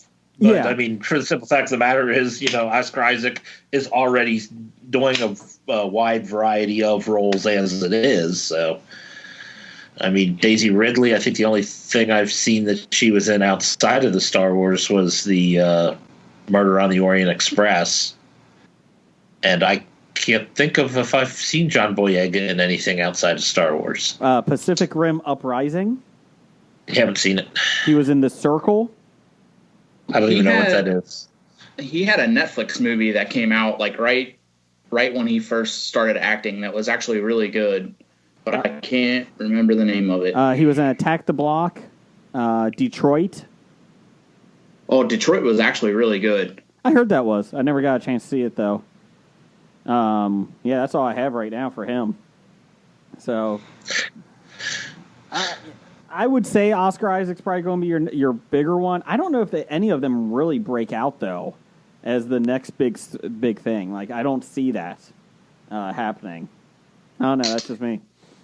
Give them a couple years to grow out of these characters and see what happens. Because it took Harrison Ford 3 years for Indiana Jones. Didn't the first Indiana Jones like during the 1980 or something? I think it was 81. 81. It was a year after Empire Strikes Back. Yeah. So it may take a little while.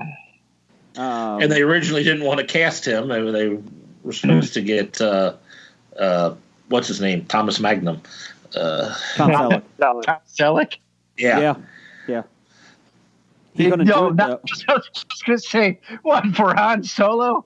No, for Indiana Jones. Indiana Jones. You're right.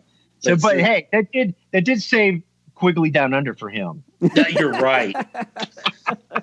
Wait, are you guys saying Harrison Ford's most successful? I don't know. Mark Hamill was Cockknocker. We'll put it this way. Kevin Smith talk. We'll put it this way.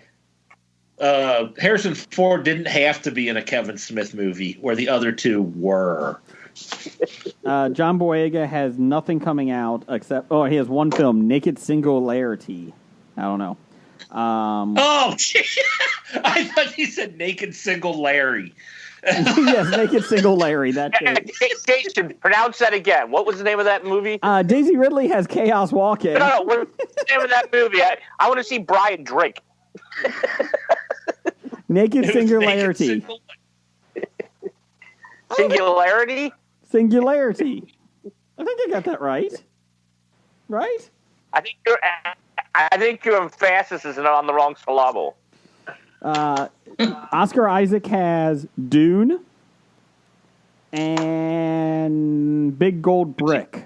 That's it. Is he playing the what's his name in Dune? The main Duke Leto Atreides. Yeah, he's playing Atreides. Oh yeah. Atreides. Let's see here. We're running late. It doesn't matter. Jeff, give me some news of the geek intro. It's time for another installment of the news of the geek. Basically, the Sith in Star Wars are no longer having just two, because originally they said in the Phantom Menace there's only two of the Sith, one by one, whatever. The rule of the two, or whatever they call it. They've Stupid officially rule. They officially got rid of that. That was exciting. Yeah, I liked reading the story. They said, but pretty much they're retconning it, saying it was just a mistranslation of the old Jedi texts or something. They misunderstood what they were trying to say in the Jedi texts. They were ruled by two, not a rule of two. We were talking about this last night with Brad on Cinema Guys, and he's like, the issue with this is that the Clone Wars, the cartoon, has had like 6 or 8 Sith at a time. So he's like, they never adhere to that rule. They had to change it. Let's see. Per Deadline, X-Men Dark Phoenix was a flop. But they I know. With a $200 million budget, the movie eventually ended up losing over $133 million. It was the biggest box office bomb of 2019. The fans did not hate it, the ones that saw it, but they just were not interested in seeing another version of the Dark Phoenix saga. The biggest problem with that was it wasn't released until after Disney bought it, so you knew Fox was going to be making these movies, so they're still putting it out, but it's the end of the line. And God, honestly, after the previous Apocalypse, Apocalypse was probably one of the worst superhero-related movies I've ever seen. I still watch that when it's on just because of how bad it is. I still, it's like, oh God, this is horrible. Dark Phoenix was okay, but it wasn't good enough to get people to go out to see. There's something. This was per Deadline. I didn't realize this. It was supposed to be a 2-part series film. It was supposed to be broken into 2 films. I believe it. It could have been. There was a lot to it, and it did feel like they rushed through at certain points. And was it better than X-Men: Last Stand? I think a lot was better than X-Men: The Last Stand, except for maybe Age of Apocalypse. I think Dark Phoenix was better than The Last Stand. Okay. But Bobby becomes Iceman, like truly becomes Iceman in The Last Stand. At the end. It had some moments, but that's it. Yeah. Let's see here. Also, this is for Blake. Assassin's Creed Valhalla. Yeah, can you hear me right now? Because yes. I had to drop out and switch because my headphones battery died. Yep, you're good. I had to switch mediums here. Yep, you're good. Yes, we hear you. Excellent. Did you see the Vikings? What did I miss? The Vikings are coming to Assassin's Creed. Yeah, I saw that. It's pretty neat. I haven't played Assassin's Creed since Assassin's Creed 2, but aren't they backtracking in time? Are they going backwards? Yes. Because weren't they at the Revolutionary War? They just skip around to different eras, whatever era seems Q at the time. I played. Okay. I played the Egyptian ones. The Egyptian one that was okay, but it was too much magic. It started doing too much fancy with it. But I'm interested in this one. Playing a Viking and you're attacking the knights of in Camelot. I thought that was kind of an interesting idea. We're knights of the round table. We dance. We're able. It's just a model. Just a model. Thanks. This one looks good though. It's coming out this year as usual, probably October. But I think I might get this one. It is interesting though that they're releasing. This could be one of the final big games for PlayStation 4 because the PlayStation 5 comes out this year. So at Christmas time. Oh, too soon. I expect the PlayStation 5, Jason. What's that, Jim? I expect you to get me a PlayStation 5. I think all of us do, right? It's a Christmas bonus. A Christmas bonus. Yay! Huh. We can use some of the small business loan that we get.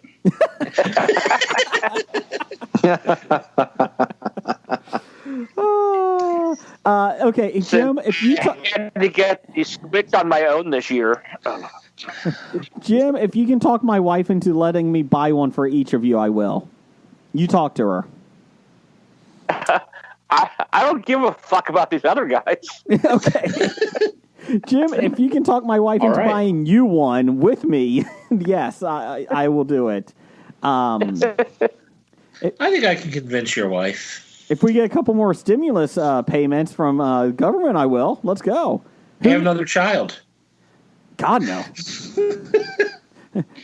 Did you say there's a couple of bills that I was reading about earlier that are being introduced, so there was one that they were trying to talk about $4,000 a month for married couples and $2,800 for single for the 3 months. 2,000 and 4,000, I think. 2,000 4,000 for 3 months. 3 months. Yeah.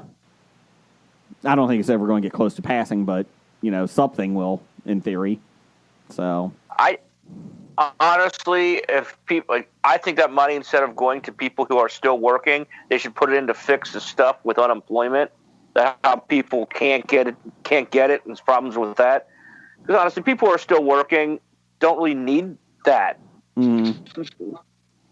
And all they're doing now is printing money and putting it into circulation. And when this all comes back to the head, inflation's going to be ridiculous. Oh yeah. Yeah, didn't they say it was like 3 trillion? Holy. Yeah, 3 trillion. So instead of, hey, let's just throw more money at people. Yeah, we're going to be Take care like of- $30 trillion in debt. We're going to be like a third world country. But I need a new tiger, so I need this money. I need more tigers. He's lonely. Jeff, did you get my box office news? Oh, yeah. It's time for that now. Let me get you. It's time for the box office news and world report with our reporter in the field, Jeff Now. I'm Kevin Spacey.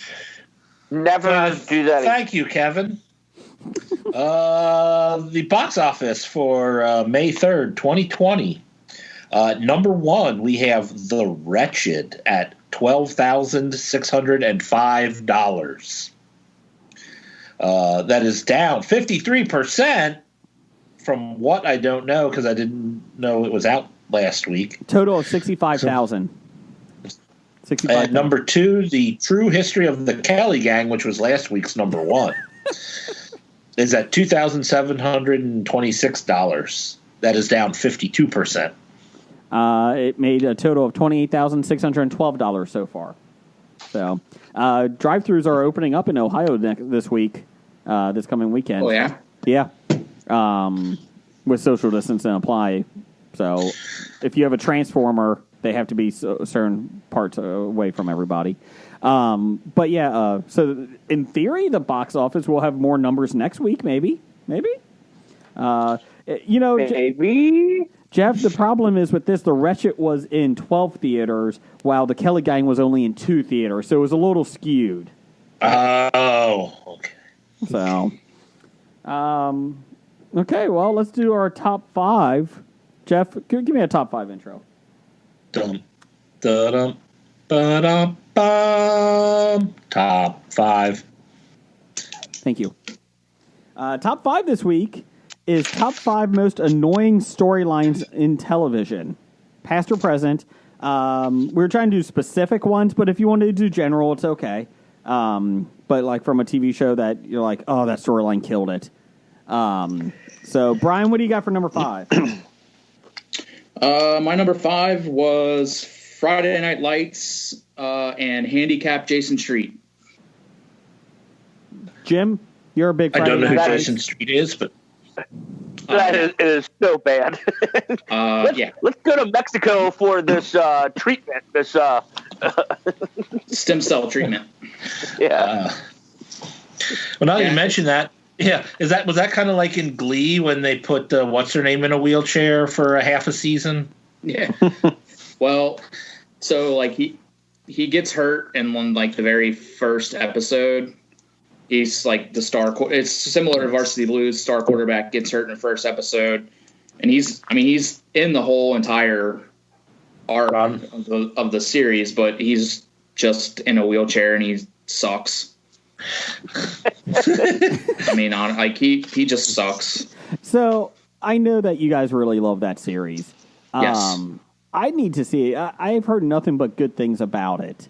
It's one of my all-time favorite. It's not like a teen drama thing, is it, right? A little bit. Okay. I'm okay with that with Riverdale. But it's not like Riverdale. Thank God. It's not like soap opera-y or it's about high school kids, so you're going to have high school type stuff, but there's way more to it than that. Okay. All right. Well, speaking of Riverdale, that segs right into my number 5 on my list. Number 5, I have Riverdale. The storyline where they decided to update Archie Andrews and his gang into the current 21st century. So, that was terrible. So the entire run of it, then? Okay. Pretty much, yes. The best thing about us doing this podcast, is that our jokes from 6 years ago are still coming back in different forms. Because 6 years ago, when this was rumored to be started, I'm like, who the fuck cares about Archie now? Why are we doing an update on this? I was interested. I wanted to see it. And then I watched I watched the first half of season and thought, why did I waste 8 hours or however many episodes I watched of my life of that? And then I was like, oh my God, this is amazing. I am a season and a half behind, though. I got to get caught up. Or not. I think the train sailed. So I don't blame you, though, Jeff. Jim, what's your number 5? It's a tough one. I'll go The Curse of Oak Island and them only finding buttons. Not finding anything substantial for how many years, and there's no payoff to it. They found they found a pair of Levi jeans, Jim. Levi's. That was left from the crew the previous week. Lots of buried wood. I see He what you said there. Blake, what's your number 5? Well, I guess I misunderstood the theme. I thought it wasn't storylines. I was just going with TV show themes. That's I guess. fine. So You can do it that way. But that's fun. I did come up with this on my own, and then after I came up with mine, I looked at some of people's online in the Facebook, and I'm like, oh, some people think like me. But number 5 was nerd guy, old guy, or fat guy in Hot Wife. Oh, Kevin James' whole reason for living. We're looking at you, Jim Belushi. You know, yeah, anything. Jim Belushi, Kevin James. You know, what's his jackass with the nerd shows, Third Rock from the Sun. No, whatever. What the fuck is it? I forget. Big Bang Theory. Big Bang Theory bullshit. I'm like, yeah, whatever. I said, even in movies too, the whole thing. And it was pretty obvious. You know, I love Curb Your Enthusiasm, but you know, Larry David. You know, even though he's still an older guy, it's still like, even if he's like 70. She's 50 or 40. You know, with 60 is 40. It's 40, it's 20. You know, all that kind of deal. So I'm like, all right, whatever.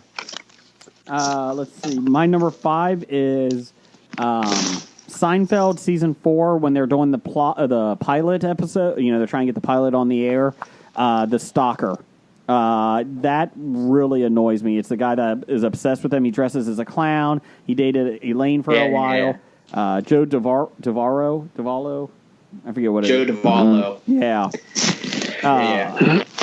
And the more I've watched a lot of Seinfeld, and like it's gotten better for me. It's tolerable, but that whole season was a little awkward. There was a lot of good parts, but having that whole story arc was not good. And I really, for one of my favorite shows of all time, I can't get past it. It's interesting you would bring up season 4 in the Stalker, because season 4 is really when the show took off. Everything around it, like they started getting their characters down. You can see it in the other seasons, like 2 and 3. Like they start getting, realizing what's working. 4, I agree with you that it starts coming together, but that whole Stalker approach was really fucking annoying. And then it's like where they're like. Wasn't that the one where they were trying to scalp tickets at the opera? Yes. Yeah. Yeah. I mean, there's funny moments. Don't get me wrong. I mean, it is a good there. It's just It doesn't seem like it should be in it. It's me and Brian. Sorry, Brian. Go ahead. You and Brian just starting at the exact same time and What's your number 4, Jason? My number 4 is The Walking Dead, season 2 when they're on the farm. Fuck that season. That whole fucking season was awful. That was a horrible drag-on season that lasted forever. They had to stay in one spot because they didn't have enough money in the budget, basically, to go anywhere. So it's like us now. Bottle episode. But it just dragged on and nothing was accomplished. Like, even the character development was awful that season. And so there was really nothing there. And the worst part is they were looking for Carol's daughter the whole time, and she's in the fucking barn the whole season. Thanks, Herschel. Just say it. Yeah, and you kind of like knew it too. Yeah. You're just waiting. So that was my number 4. Blake? What's your number 4? My number 4. This is pretty. I've ranted and raved about this for how many years on the show. Any cop, lawyer, or doctor bullshit show, especially when you got to have 50 of the same fucking cop shows, except we're going to put it in New Orleans or we're going to put it in L.A. Same TV title. We're going to put it in Miami. Whatever. CSI or NCIS. Yeah, CSI, NCIS, Fireman Local 52, whatever. CSI Toledo. Or what about where instead of they take the city and they stay in the city, they just branch off to do fire, police. Hospital. Exactly. It's like you want to talk about zero originality. I like the Chicago series. All right. No, the Chicago series might be okay. But the Chicago series might be okay. But what about the one set in Seattle? Grey's Anatomy and then Patient 19. Yeah. Yeah. Then there's like what's the Private Practice? There was another that was the spin-off. Yeah. Yeah, that went down to LA.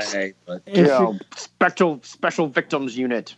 Is Chicago Fire and PD, is that connected to Chicago Hope? No. Oh, okay, just checking. Chicago Med. Oh, okay.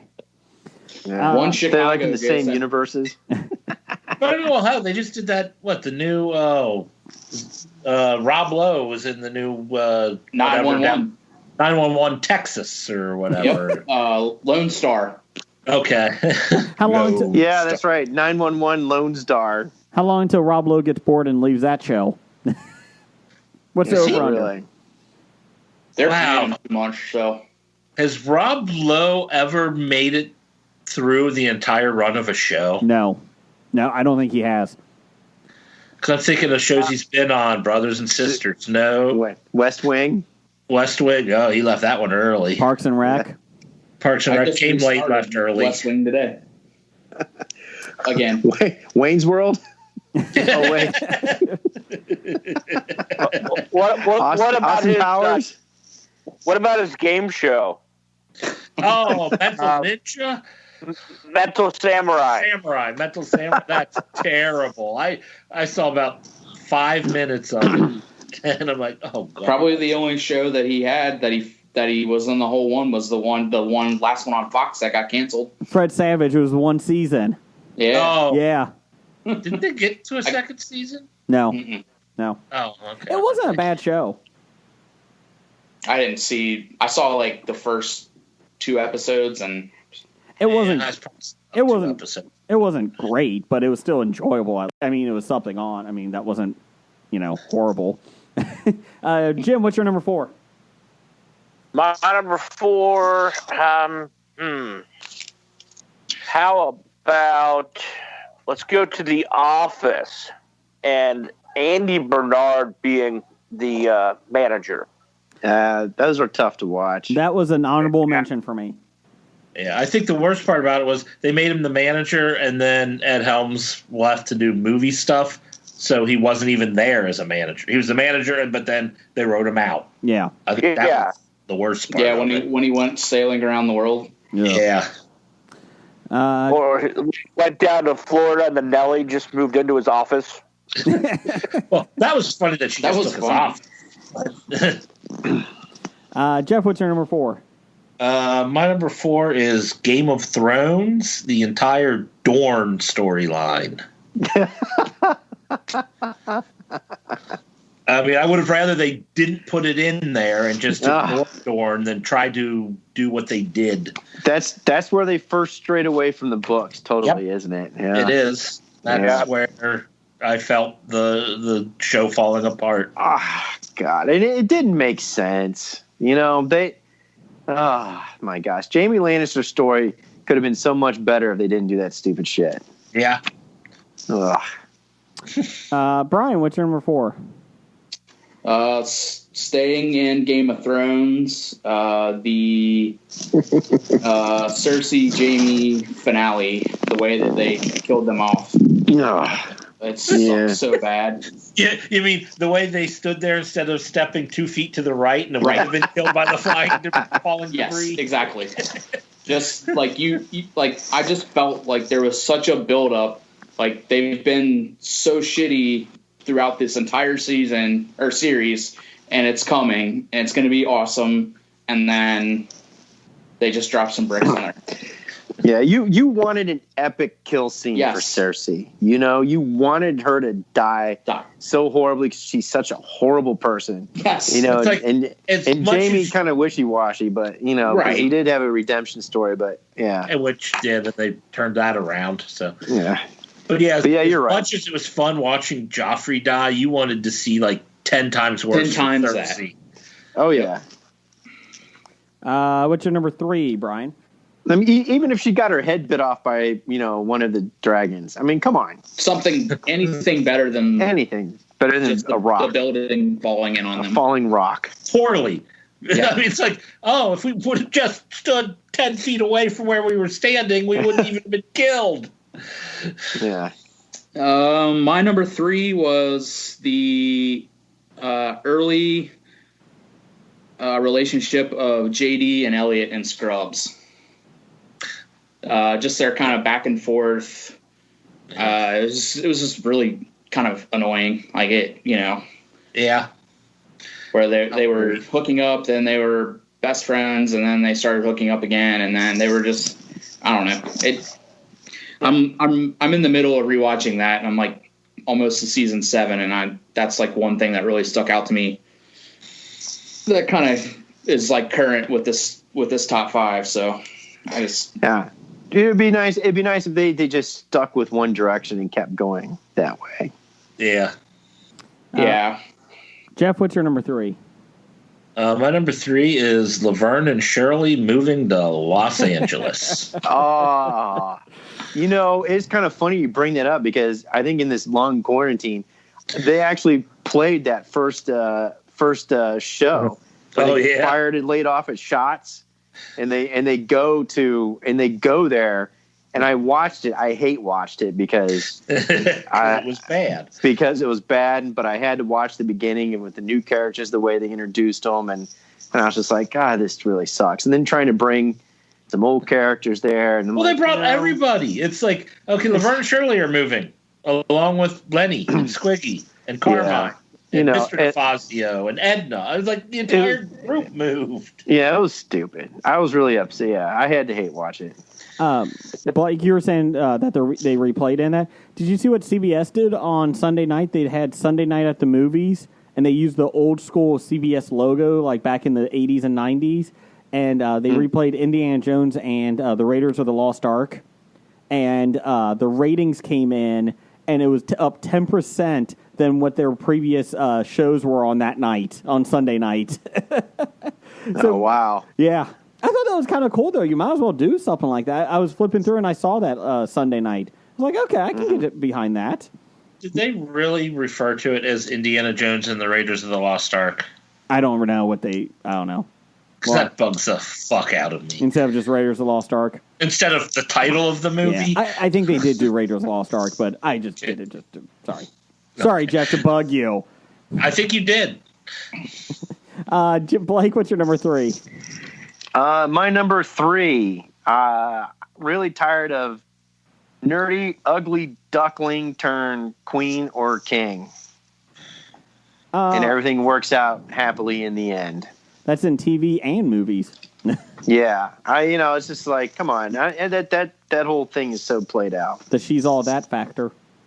Yeah, it's so many different. Yeah, exactly. Same got thing. Oh, it's a glasses. bet. I'm going to make them popular or whatever, and then they get exposed. Oh, it was only a bet. You really didn't really like me. No, but I did really like you now. And then you fall apart, and then they all get back together at the very end. And it's like, guys, it's so played. But- They've done it with the ugly guy. They've done it with the ugly girl, and then they've redone it, and they've done it again. But she's got glasses and overalls and paint on her. Yeah, yeah, exactly. Jim, what's your number 3? My number 3, I'll go with The Simpsons. I'll go Lisa episodes. Oh, yeah. I like Lisa episodes. I think They get kind of preachy. Oh, they definitely do. I think the first instance of that, Jim, was the Bleeding Gums Murphy one. Oh, First season. yeah. Yep. It was like about season 4 or whatever, and they kind of had The trivia. Yeah, the Name trivia two thing. popular characters that died during season 1. If you said Bleeding Gums Murphy and Dr. Dr. Marvin Monroe, you would be wrong because they were never popular characters. Jim, I think you can appreciate my number 3. Eddie on A Million Little Things. Trying to go back to the lake house and wondering how his girlfriend died in the canoe. Fuck that. Oh, my God. Terrible. I forgot about that. My Yeah, that wife was actually reminded me of that at dinner tonight because I was telling her what the top 5 was. She's like, oh, you got to put the Eddie story I on. thought you were going to throw the Theo storylines in there. Fuck Theo. Fuck that one. Well, how would you get a good Toady song out of that? Come on. They didn't even use a Toady song. They should have. Oh, my God. Eddie is a horrible character. Like, he's a horrible human being. And so it's like, no, I don't care. He's going back to his lake house, his parents' lake house or friend's lake house because his girlfriend died 20 years ago. Who the fuck cares? Let it go. And he's now just like remembering things. Yeah, fuck that. He's a. I've only watched 3 episodes this season because I'm so annoyed. You have to keep watching, Jim. You have to. Please, for my sake, do it. Jim, did you see the episode where they lost the dog? Oh, Oh, God. everyone takes off work. Everybody needs to take off work and find this dog. Hey, he's in the garage. You called that from like, I don't know, the dog walked in the garage and then they turned around and it was gone. Who's the one character from the guy that was on Psych? What's his character's name? Gary. Yeah, no wonder he got fucking fired from his job. He was never at work. Of course. Yeah. Pretty much. He's too busy helping all his friends at any time of the day and night. I can't wait till this quarantine's over and we get to live A Million Little Things with Jason's family and we can just insert our lives into theirs. Could you, Jim? Please do. I've missed you guys so much. Hey, Jim, can you take off work? My dog's missing. Oh, she's in the backyard. Never mind. There she is. Jason, I've been distraught. And you try to not to be in the back. I've been distraught these last couple of weeks seeing your family go on hikes and knowing I should be there. I know, you should be. You know what? I do tell my kids, okay, guys, look for Jeff. He's in the woods somewhere. He's 6 feet away. He's just social distancing. Oh, that would be interesting, watching A Million Little Things, the social distancing. No. Where they can't get together. They would all get COVID just to be together. No, then everyone actually would kill themselves. No. Gary gets COVID, so they all have to get it. If you're in the hospital, we're all in the hospital. You're destroying the healthcare system. Go away. Unless Theo got it, then they wouldn't give a shit. Let's see. Fucking God. Fucking thing. Number 2 for me, I'm going with Friends. And I'm not a huge Friends fan, but I've been having it on background while I work at home. And Phoebe's mother storyline is a fucking annoying piece of shit. I like Phoebe at certain Terry points. Garr. Yeah, and then her trying to find. Then she finds her mom, father, Phoebe? her twin sister. Oh my God! Pretty much anything with her family is fucking annoying as hell. So. But her grandma was played by Mrs. Roper. I don't care. It was It's a horrible storyline, and this is actually that mother's story. What about her brother? Yeah, what about Frank Jr.? Giovanni Ribisi. Yeah. Yeah. You know what? I don't mind her brother in it. I actually don't. I thought that was okay. But so here's the funny thing: that Phoebe's mother storyline is the reason for my inspiration for the top 5 this week. That was the reason I came up with it. Is I'm watching, I'm like, fucking God, her whole family. So, Jim, what's your number 2? I'll go to a show that I recently just rewatched all of. I'll go to Cheers. And I'll go to the Sam and Diane relationship after they split up and why he would keep dating or keep attempting to date her. It was just so, every episode was the same. And it got so annoying. I'm glad she left the show. Yes. Well, my number 2 is also Cheers, Sam and Diane, but more specifically, the finale when Diane came back and almost lured Sam away and whatnot. Yeah. And you're like, oh my God, is that how it's going to end? They're going to have Sam leave? And I'm like, oh God, this is terrible. There's no fucking way this character would follow her again. He stayed, didn't he, at the end? Yeah. Okay. Yeah. He stayed. Yeah. Jim, I did the same thing. I started rewatching Cheers, and I think I was into season 3, and I had to skip it till Rebecca got there. I couldn't do it. She is a horrible character. So Blake, what's your number? That thing that her character did, it brought Frasier in. Yeah. Who brought Lilith in, which I loved Lilith. Mm-hmm. There's no Paul though. Paul was my favorite. Paul Wilson. Paul or Phil. Blake, what's your number 2? My number 2, the whole either episode and/or season or an entire series. It was Just a Dream. Ah. I hate when that shit happens. So you didn't like St. Elsewhere? Yeah, so it never really happened. Dallas, Bobby Ewing, Roseanne. What else was there? Newhart. Requiem for a Dream. Or even for a Dream. No, that was a nightmare. Or even I hate when like they'll do just a sequence where they're showing you something and then the person wakes up like, oh God, that was just a dream. Like even just for like a 5-minute intro to a show. Or yeah, exactly. Like you're thinking, oh my God, what's going on? Oh, it was just a dream. Well, really? It's like, no longer it is. Yeah, or completely disrupting the concept and storyline. You're like, oh, well, okay. And then it's like, oh, it was just a dream. That's basically what it's going to be. Bernard's going to wake up and the whole Westworld thing was just a dream. I still think that's what's going to happen with The Walking Dead. Oh, with Rick. Rick's just going to wake up in the bed. Rick's going to wake up, or Carl. Yeah, one of the two of them. Yeah. How about Rick wakes up? Rick's going to wake up in the hospital. Right. Yeah, in their hospital bed. Yeah. Rick wakes up in the hospital, and it's actually zombies are there. So we have to do the whole cycle again. That's all it is. And they just kill him, and it's over. Well, you saw how well that worked for Life on Mars. The whole, it's a dream. Yeah. Because everyone loved that ending. You're a big fan of that one. Brian, what's your number 2? My number 2 was the season 5 of The Wire, where they make up a fake serial killer.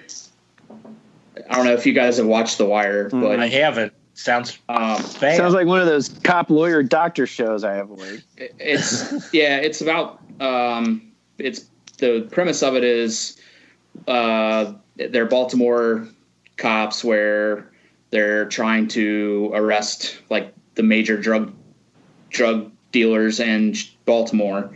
So it's like right when the like cops and feds were able to wiretap people. That's like kind of the basis of the whole show. But the end, like at the beginning of the last season, they get shut down because they don't have enough like evidence or whatever to keep going. So this one character, the main character, Jimmy McNulty, he creates a fake serial killer to get them to give them more resources. And then he takes those to use it to keep the Wire going. It's like, if anybody has seen it, they'll get what I'm talking about. But it just, like, the first 4 seasons are awesome. Like, some of the best TV I've ever seen. And then that started off in 5, and I'm like, fuck, why? I'm afraid to ask, by fake serial killer, does that mean he was killing people? Or No. So he was... Basically, he was manipulating dead, like, corpses, like unidentified or Jane Doe, John Doe, like in the morgue, and he would do stuff to make it look like they were murdered, connected, and yeah. So like, it was like he was creating work for him for himself, so he could keep going to try to get to the figure out how he could keep the wiretap going so that they could bust the people. It's a really bad coroner in Baltimore. Then doesn't know if they're dead or not. Well, everything in Baltimore is terrible. So. I can. Yeah, didn't you hear Trump? Yeah. Jeez. What's your number one, Brian? Then my number one, I hobied it. It's the Deb falling in love with Dexter.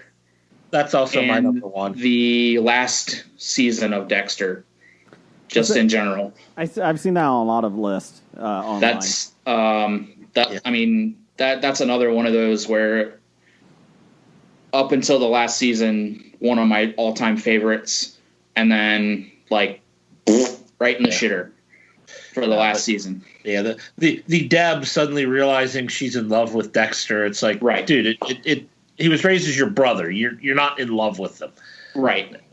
And it went over terribly. Yeah. Okay. Well, Blake, it goes to you now since Jeff is 2-1. We're already taking on the board.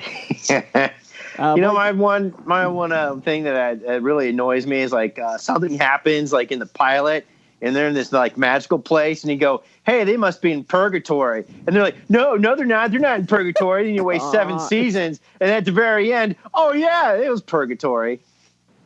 Okay, it was 6. Don't do it, Jeff. Don't take the bait, Jeff. Don't take the bait. It's Stop been it. 7 seasons. Jeff. I'm going to mute you, okay? It's like in football. Don't be the second person to get called, okay? You're going to get the flag. He's the one that started it. Don't blame me. You're going to get the flag, Jeff. Don't do it. You only had to watch the pilot of Lost in the last episode. I warned you, Blake. I will throw a flag. Didn't matter at Everything all. in between was great television. Well, not everything. There were a couple of weak episodes, but Blake. And plot lines that never went anywhere. God. They all. But I watched all 6 fucking seasons. There you go. Jeff, stop it. Tell Blake to stop it. Yeah, but then, Blake, it's your own fault. You went on to watch that show that he did, Damon Lindelof did on HBO, the, what is that, Meatloaf? What was that? Leftovers. The Leftovers. Yeah, I had to hate watch that too. Whatever. Jim, what's your I had to watch all 3 of those seasons. Yeah, thank God it was half as long. Same thing. Just watch the pilot and the very last episode. I think I've discovered Lindelof's secret. Is that what you did for Watchmen too? No, I actually really enjoyed The Watchmen, to tell you the truth. So the second season, Jeff. And then he's going to bitch about that. But yet you've watched 18. There isn't going to be one. Yeah, there's going to be one. But yet you watch 18 seasons of Oak Island and don't get pissed off. What the fuck? Exactly. Because I'm taking the bait. I know exactly what I'm going to get when I watch that. I'm going to get nothing but disappointment and failure and buried wood. Jeff, tell me to step back. Jeff, tell me to step back. I need to step back. I took the bait. Jim, what's your number one? Give me that. My number one, again, this is kind of hobied. It's kind of a bunch of shows. It's when they bring in the little kid to make be cute and try and redo it after the kids have grown. 7. And what's that? Like 7. Like 7. Cousin Oliver. And the worst one all is Gracie Bell Taylor. They try to make her cute, and she's the ugliest baby to be on television. What was that from? That's Friday Night Lights, Jason. Oh, okay. The ugliest child ever. Breathtaking? Oh, truly breathtaking. Truly breathtaking. It's bad. Sorry. We would watch. We were watching it when it was live, when it was first coming out, and every time they showed her, we would just scream. Ah! Let's see. My number one was Sons of Anarchy season 3 when they go to Ireland. Sons of Anarchy might be one of my favorite shows of all time, and that's season 3. A motorcycle gang that picks up and moves all their bikes and everything to Ireland? They did. No, they didn't move their bikes to Ireland. Oh, I'm sorry. They got They got new Vespas there bikes when they in Ireland. arrived. So their original. They have a Belfast chapter. Yes. That's where. And they are in bed with the IRA. Yeah. Oh, okay. Yes, that's the whole backstory to the main character. It was not a good season, though. It wasn't bad. Oh, see, that season almost turned me off from watching again because I hated it so much. And then, like I said, I love the rest of the series, but that second season or third season might be the one of the worst. And it might be, you know what, Brian? The problem is it might be because the second season was so damn good. Yeah, I mean, Henry Rollins. I can see that. That might have been it. And maybe I have to go back and watch it the third season again.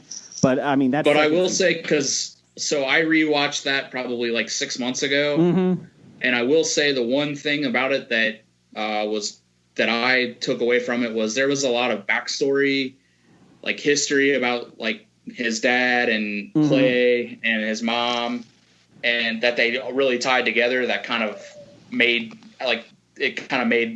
more sense to me. Because like the things that they were doing or what was happening. Because third season is when he learns that his dad may have been murdered, right? Yes, that's when he starts. That's when he starts.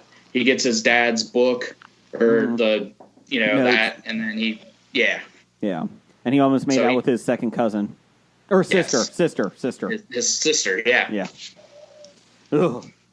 Let's see. That was my number one. They're just taking plots from Star Wars now. Pretty much. Or Game of Thrones. Well, real quick, we'll just go through these honorable mentions. I had Andy's transformation in Office, like Jim said earlier. And I had Parks and Rec when they did a 2-year gap. I didn't really like that. The time jump at the end? Yeah. And 3 years. Was it 3 years? Yeah. Okay. Yeah. Well, the reason they did that was because they didn't want to have to do baby stories. Yeah. She was pregnant with triplets when the previous season ended. Yeah. They didn't want to have to do baby stories. So no. That's Gracie Bell. That's breathtaking. Brian showing us the picture. Oh my. Any honorable mentions real quick? I had the How I Met Your Mother, all of it. Mm-hmm. All of it. all of it. I had season 5 of Orange Is the New Black. It's the prison riot, and it like the entire season takes place over 3 days. Yeah. That kind of sucked. So we are 1 hour away from finishing our the final season. We have 1.5. We got the last episode. Orange Is the New Black. I thought about there was some seasons really, really bad and some really, really good, and so it's up and down. I mean, that was just the one thing. Like nothing really about that show was like annoying to me. Like it was good, but just like that whole season I feel like they just wasted a whole season. Yeah. When they could have just had like the first 3 episodes could have been that, and they could have done so much more with it. And I had one other, which I don't know if you've watched The West Wing, but it was Toby when they had him leaking the classified information. Yeah. It was just that's annoying to me because like just his character, the way that they've written him, that's the complete opposite of something he would do. Like he would never do that. So, Jeff, any honorable mentions? I had Glee when like several of the characters graduate and then they go follow them to New York, and it's like, no, you're a show about a high school glee club. Just stay in fucking high school and have new students come in every year. Yeah. They had to show Leah Michelle. They did. She was the star. Yeah, It was the base that made the place. she was already on the show for like 5 years. They already stretched 2 seasons into one school year. It's like time for them to move on. Yeah, a couple of things that I had seen online. I had mentioned Glee, and the biggest one that I saw was the school shooting. Was one that was on like a few lists. I don't remember seeing it. I didn't really watch most of Glee. I watched some of it, but I don't remember that. But I saw that pop up on some lists. I don't remember school shoot. That must have been a later season when I stopped watching. That was later. Well, that just goes to the the old setups where you're watching comedies and stuff, and they have like different strokes, special special episode, very special episode. Don't let the big guy molest you. Yeah, or the drugs or molestation, stuff that just really brings you down. Very special episode. Yeah, exactly. Uncle Ned's drunk. Blake, did you That damn Tom Hanks. any other honorable mentions, real quick? Yeah, I have. I have. Let's see. Weeds. Everything after like the first season and a half. Yep. Yep. I have L.A. Law. I'll have the Benny character, Larry Drake. Oh, the fact that When he they became fly- a main character. Yes. And then I have any Shonda Rhimes show. Oh, I enjoy How to Get Away with Murder. Oh, now she won't come on the show. You're welcome. I've tried to get into how to get away with murder, but I couldn't do it. I got through the first season. That was it. I couldn't do it either. I think I watched like the first 7 episodes, 8 maybe, no more than that. But I will say, since I normally don't binge watch shows, that's like the one show we just recorded an entire half season and then binge watch it over a weekend. Mm-hmm. So it's not like, I think I would have not watched it if I had to watch it week to week and had it drawn out. I gotcha. Our listeners had some good ones here. Dr. Number One, I saw a show on YouTube where one of the hosts thinks his impressions are good. Unfortunately, they all sound the same. The storyline ruins an otherwise enjoyable show. 100% agree. That's the cinema guys. Let's see here. Kevin, Cincy Explorer, in no particular order, the last half of the last episode of How I Met Your Mother, Andy's transition on The Office, Ross and Rachel's entire relationship on Friends. That's a good one, but I hate both those characters, so it didn't matter for me. I didn't mind like the early parts, but once they broke up, they shouldn't have had them on again, off again, and again. The character Mandy on the first season of The West Wing, and the entire last season of House of Cards. Niecy from Niecy at 72. In no particular order, Friends, Rachel dating Joey. The Walking Dead. Walking Dead specifically, zombies. That story goes nowhere. Agents of S.H.I.E.L.D. Season 5, the alternate reality thing. I could see that. I enjoyed it, but I could see how it would annoy people. Riverdale, Archie's defunct music career. Riverdale, the whole existence. How dare you? How I Met Your Mother, the final season. Mom's dead? Let's see. See, I liked the final season. I just didn't like the final episode. The entire thing is that they knew this is how they were going to end it. Yeah. And that makes it so bad. They actually chose to do it. Brian, and they chose to stick with it. Yeah. Brian MVP Hour had splitting of Team Arrow on the show Arrow. The Inhumans, the whole first season. Jeff's favorite show. No, it was not. A-Team Season 5, working for the government. Agents of S.H.I.E.L.D., time travel to the future season. And Battlestar Galactica 1980, should have left it dead. Let's see here. We also have, hold on, we got a couple more and then we can wrap this sucker up here. How about any TV show where they try and revamp an old TV show, but with the new and updated characters? Dragnet. You mean Ethan the Embry new and Ed Battlestar O'Neill. Galactica? Did you say Ethan Embry as Ed O'Neill? No, with Ed O'Neill. The Ditman's wife said, "Does House Hunters count?" Yes, it does. John Burke has COVID-19. Man, they just can't move on from this story. I hope it doesn't end like Dallas and it's all a dream. Yeah, the news. Your sister, Jeff and Jim's sister, friends, Rachel and Joey's romantic relationship. Number 4, Dallas, the dream season. 3, Dexter, Deborah and Dexter's romantic relationship. 2, Roseanne, the Connors winning the lottery. And number 1, the end of How I Met Your Mother, Ted ending up with Robin.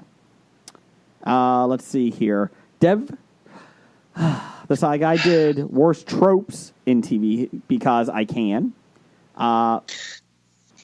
Wait a minute. This sounds a whole lot like Blake's. Hot wife and dopey and/or fat husband. That's right. I'm calling you out, Kevin James. Special topic episodes. Musical episodes. Blue-collar worker that just can't catch a break. An old guy that doesn't fit into modern society and must learn to adapt with the help of a token minority. Honorable mention, nerds, race being the key to the premise of the show. Let's see here. Joseph Campbell. He had any DC show on the CW network. Ooh! It's Shots fired. You're lucky I didn't bring Black Lightning into this. I don't know what that is anymore. My Batwoman review's up on nerdly.co.uk, so check that out. It's a show that doesn't suck. Hey, Jim, isn't the guy that's in Black Lightning, isn't he Vince's dad in Friday Night Lights? Oh, I was going to say anything that Cress Williams has ever done. Cress Williams. Yep, okay. Yep, all right. Bad idea of the week, the New Mutants movie. Putting Cress Williams in a TV show? I like Jim. I've got a bad idea of the week. Hold on, Cress Williams in a TV show, number 5012. Go ahead, Brian. The New York Post needs to hire a new editor for their headlines. I don't know if you guys saw it, but so John Cena is still doing Make-A-Wish appearances. So the New York Post tweets out, John Cena surprises Make-A-Wish kid with cancer. So if you go find the tweet and read the reviews or read the replies, like there's not enough going on in the world. You got to give a kid fucking cancer. Way to go, John Cena. It is amazing. Bad idea 35. Giving the kid cancer. Giving a kid a cancer? Make-A-Wish giving the kid cancer. That's pretty bad. I do have a challenge that I want us to take up for next week. Okay. There's I don't know if you guys are familiar with TikTok. I know of its existence. Yeah, I'm with Jeff. So the newest challenge floating around is you got to film yourself peeing your pants and post it to TikTok. Like that's like the thing now. It's like taking over TikTok. If peeing your pants was cool, I'd be Miles Davis. It's the grossest thing I've ever heard. Bad idea, number 72. That's terrible. A bad idea. Doing anything for TikTok. Why would you film yourself doing that? Because That's people so are idiots stupid. playing. Because you're like 14 years old and you're bored. First world problems, man. I'm telling You you. think you'll get your 15 minutes of fame? Okay. Yeah, pretty much. Well, but I'll tell you, we're When talking we about ran- TV shows and all that kind of stuff. I think I need to get into Penny Dreadful because Penny Dreadful Los Angeles, let me tell you, Natalie Dormer is looking hot in that, man. On everything she does. Yeah. But I'm talking about above her normal hotness. I mean, this is like, I'm going to have to Although- start getting... I've heard this season of Penny Dreadful was dreadful. Bump. Didn't it just start? Yeah, Yeah, like 2 episodes, I think. And Yeah. Well, I heard- I'll just put it on mute and just watch Natalie. I heard it pretty much has nothing to do at all, even feel or original- context. Like, yeah, it- I was wondering because that like was how weird. how it could even share a title is what I like. Hey. Like, at least American Horror Story, they had, they were supposed to be horror story type things. This is like nothing to do with. Hey Blake, you don't have to. You don't have to record it and put it on mute. It's called YouPorn. It's okay. You can just go to that. You don't have to do that. Natalie Natalie Dormer's on Dormer's on YouPorn? there? Holy shit! Okay, thanks everybody for listening. We'll be back next week. And Roger says goodbye. Oh wait, we gotta do titles real quick. Oh geez, Titles for Real the quick. show. Go ahead, Brian. I had Naked Single Larry. Had that. How big do you think my butthole is? The white guy in a sombrero. Yep, had that. If I whipped it out, people would have to see it. And actually, that was all I wrote down. I thought I had one more, but those are the only 4 I had. Jeff, anything else? I had Says the White Guy in a Sombrero, Naked Single Larry, Lots of Buried Wood, Meatloaf, Nothing But Disappointment and Failure, and Now She Won't Come on the Show. Jim? I didn't have any. I didn't really do anything for this episode. It showed up. I did this for Blake. I did this one. I love hearing you say jiggle jiggle. Mistresses of Dungeons and Dragons. I'm in a dungeon. It's a sliding scale. There are no rules on Fight Island. Let's see here. Just a model. And my favorite, don't take the bait. Jeff. I did like Naked Single Larry. I vote for Naked Single Larry. Naked Single Larry's good. Change approved. Goodbye. Goodbye. Walking Dead to Talking Heads, from comic books to TV sets, there's a history. It was not so bad. There's the history. It's the history of bad, so bad. The history of bad, it's bad. The history of bad ideas. Podcast. You've been listening to Hobie.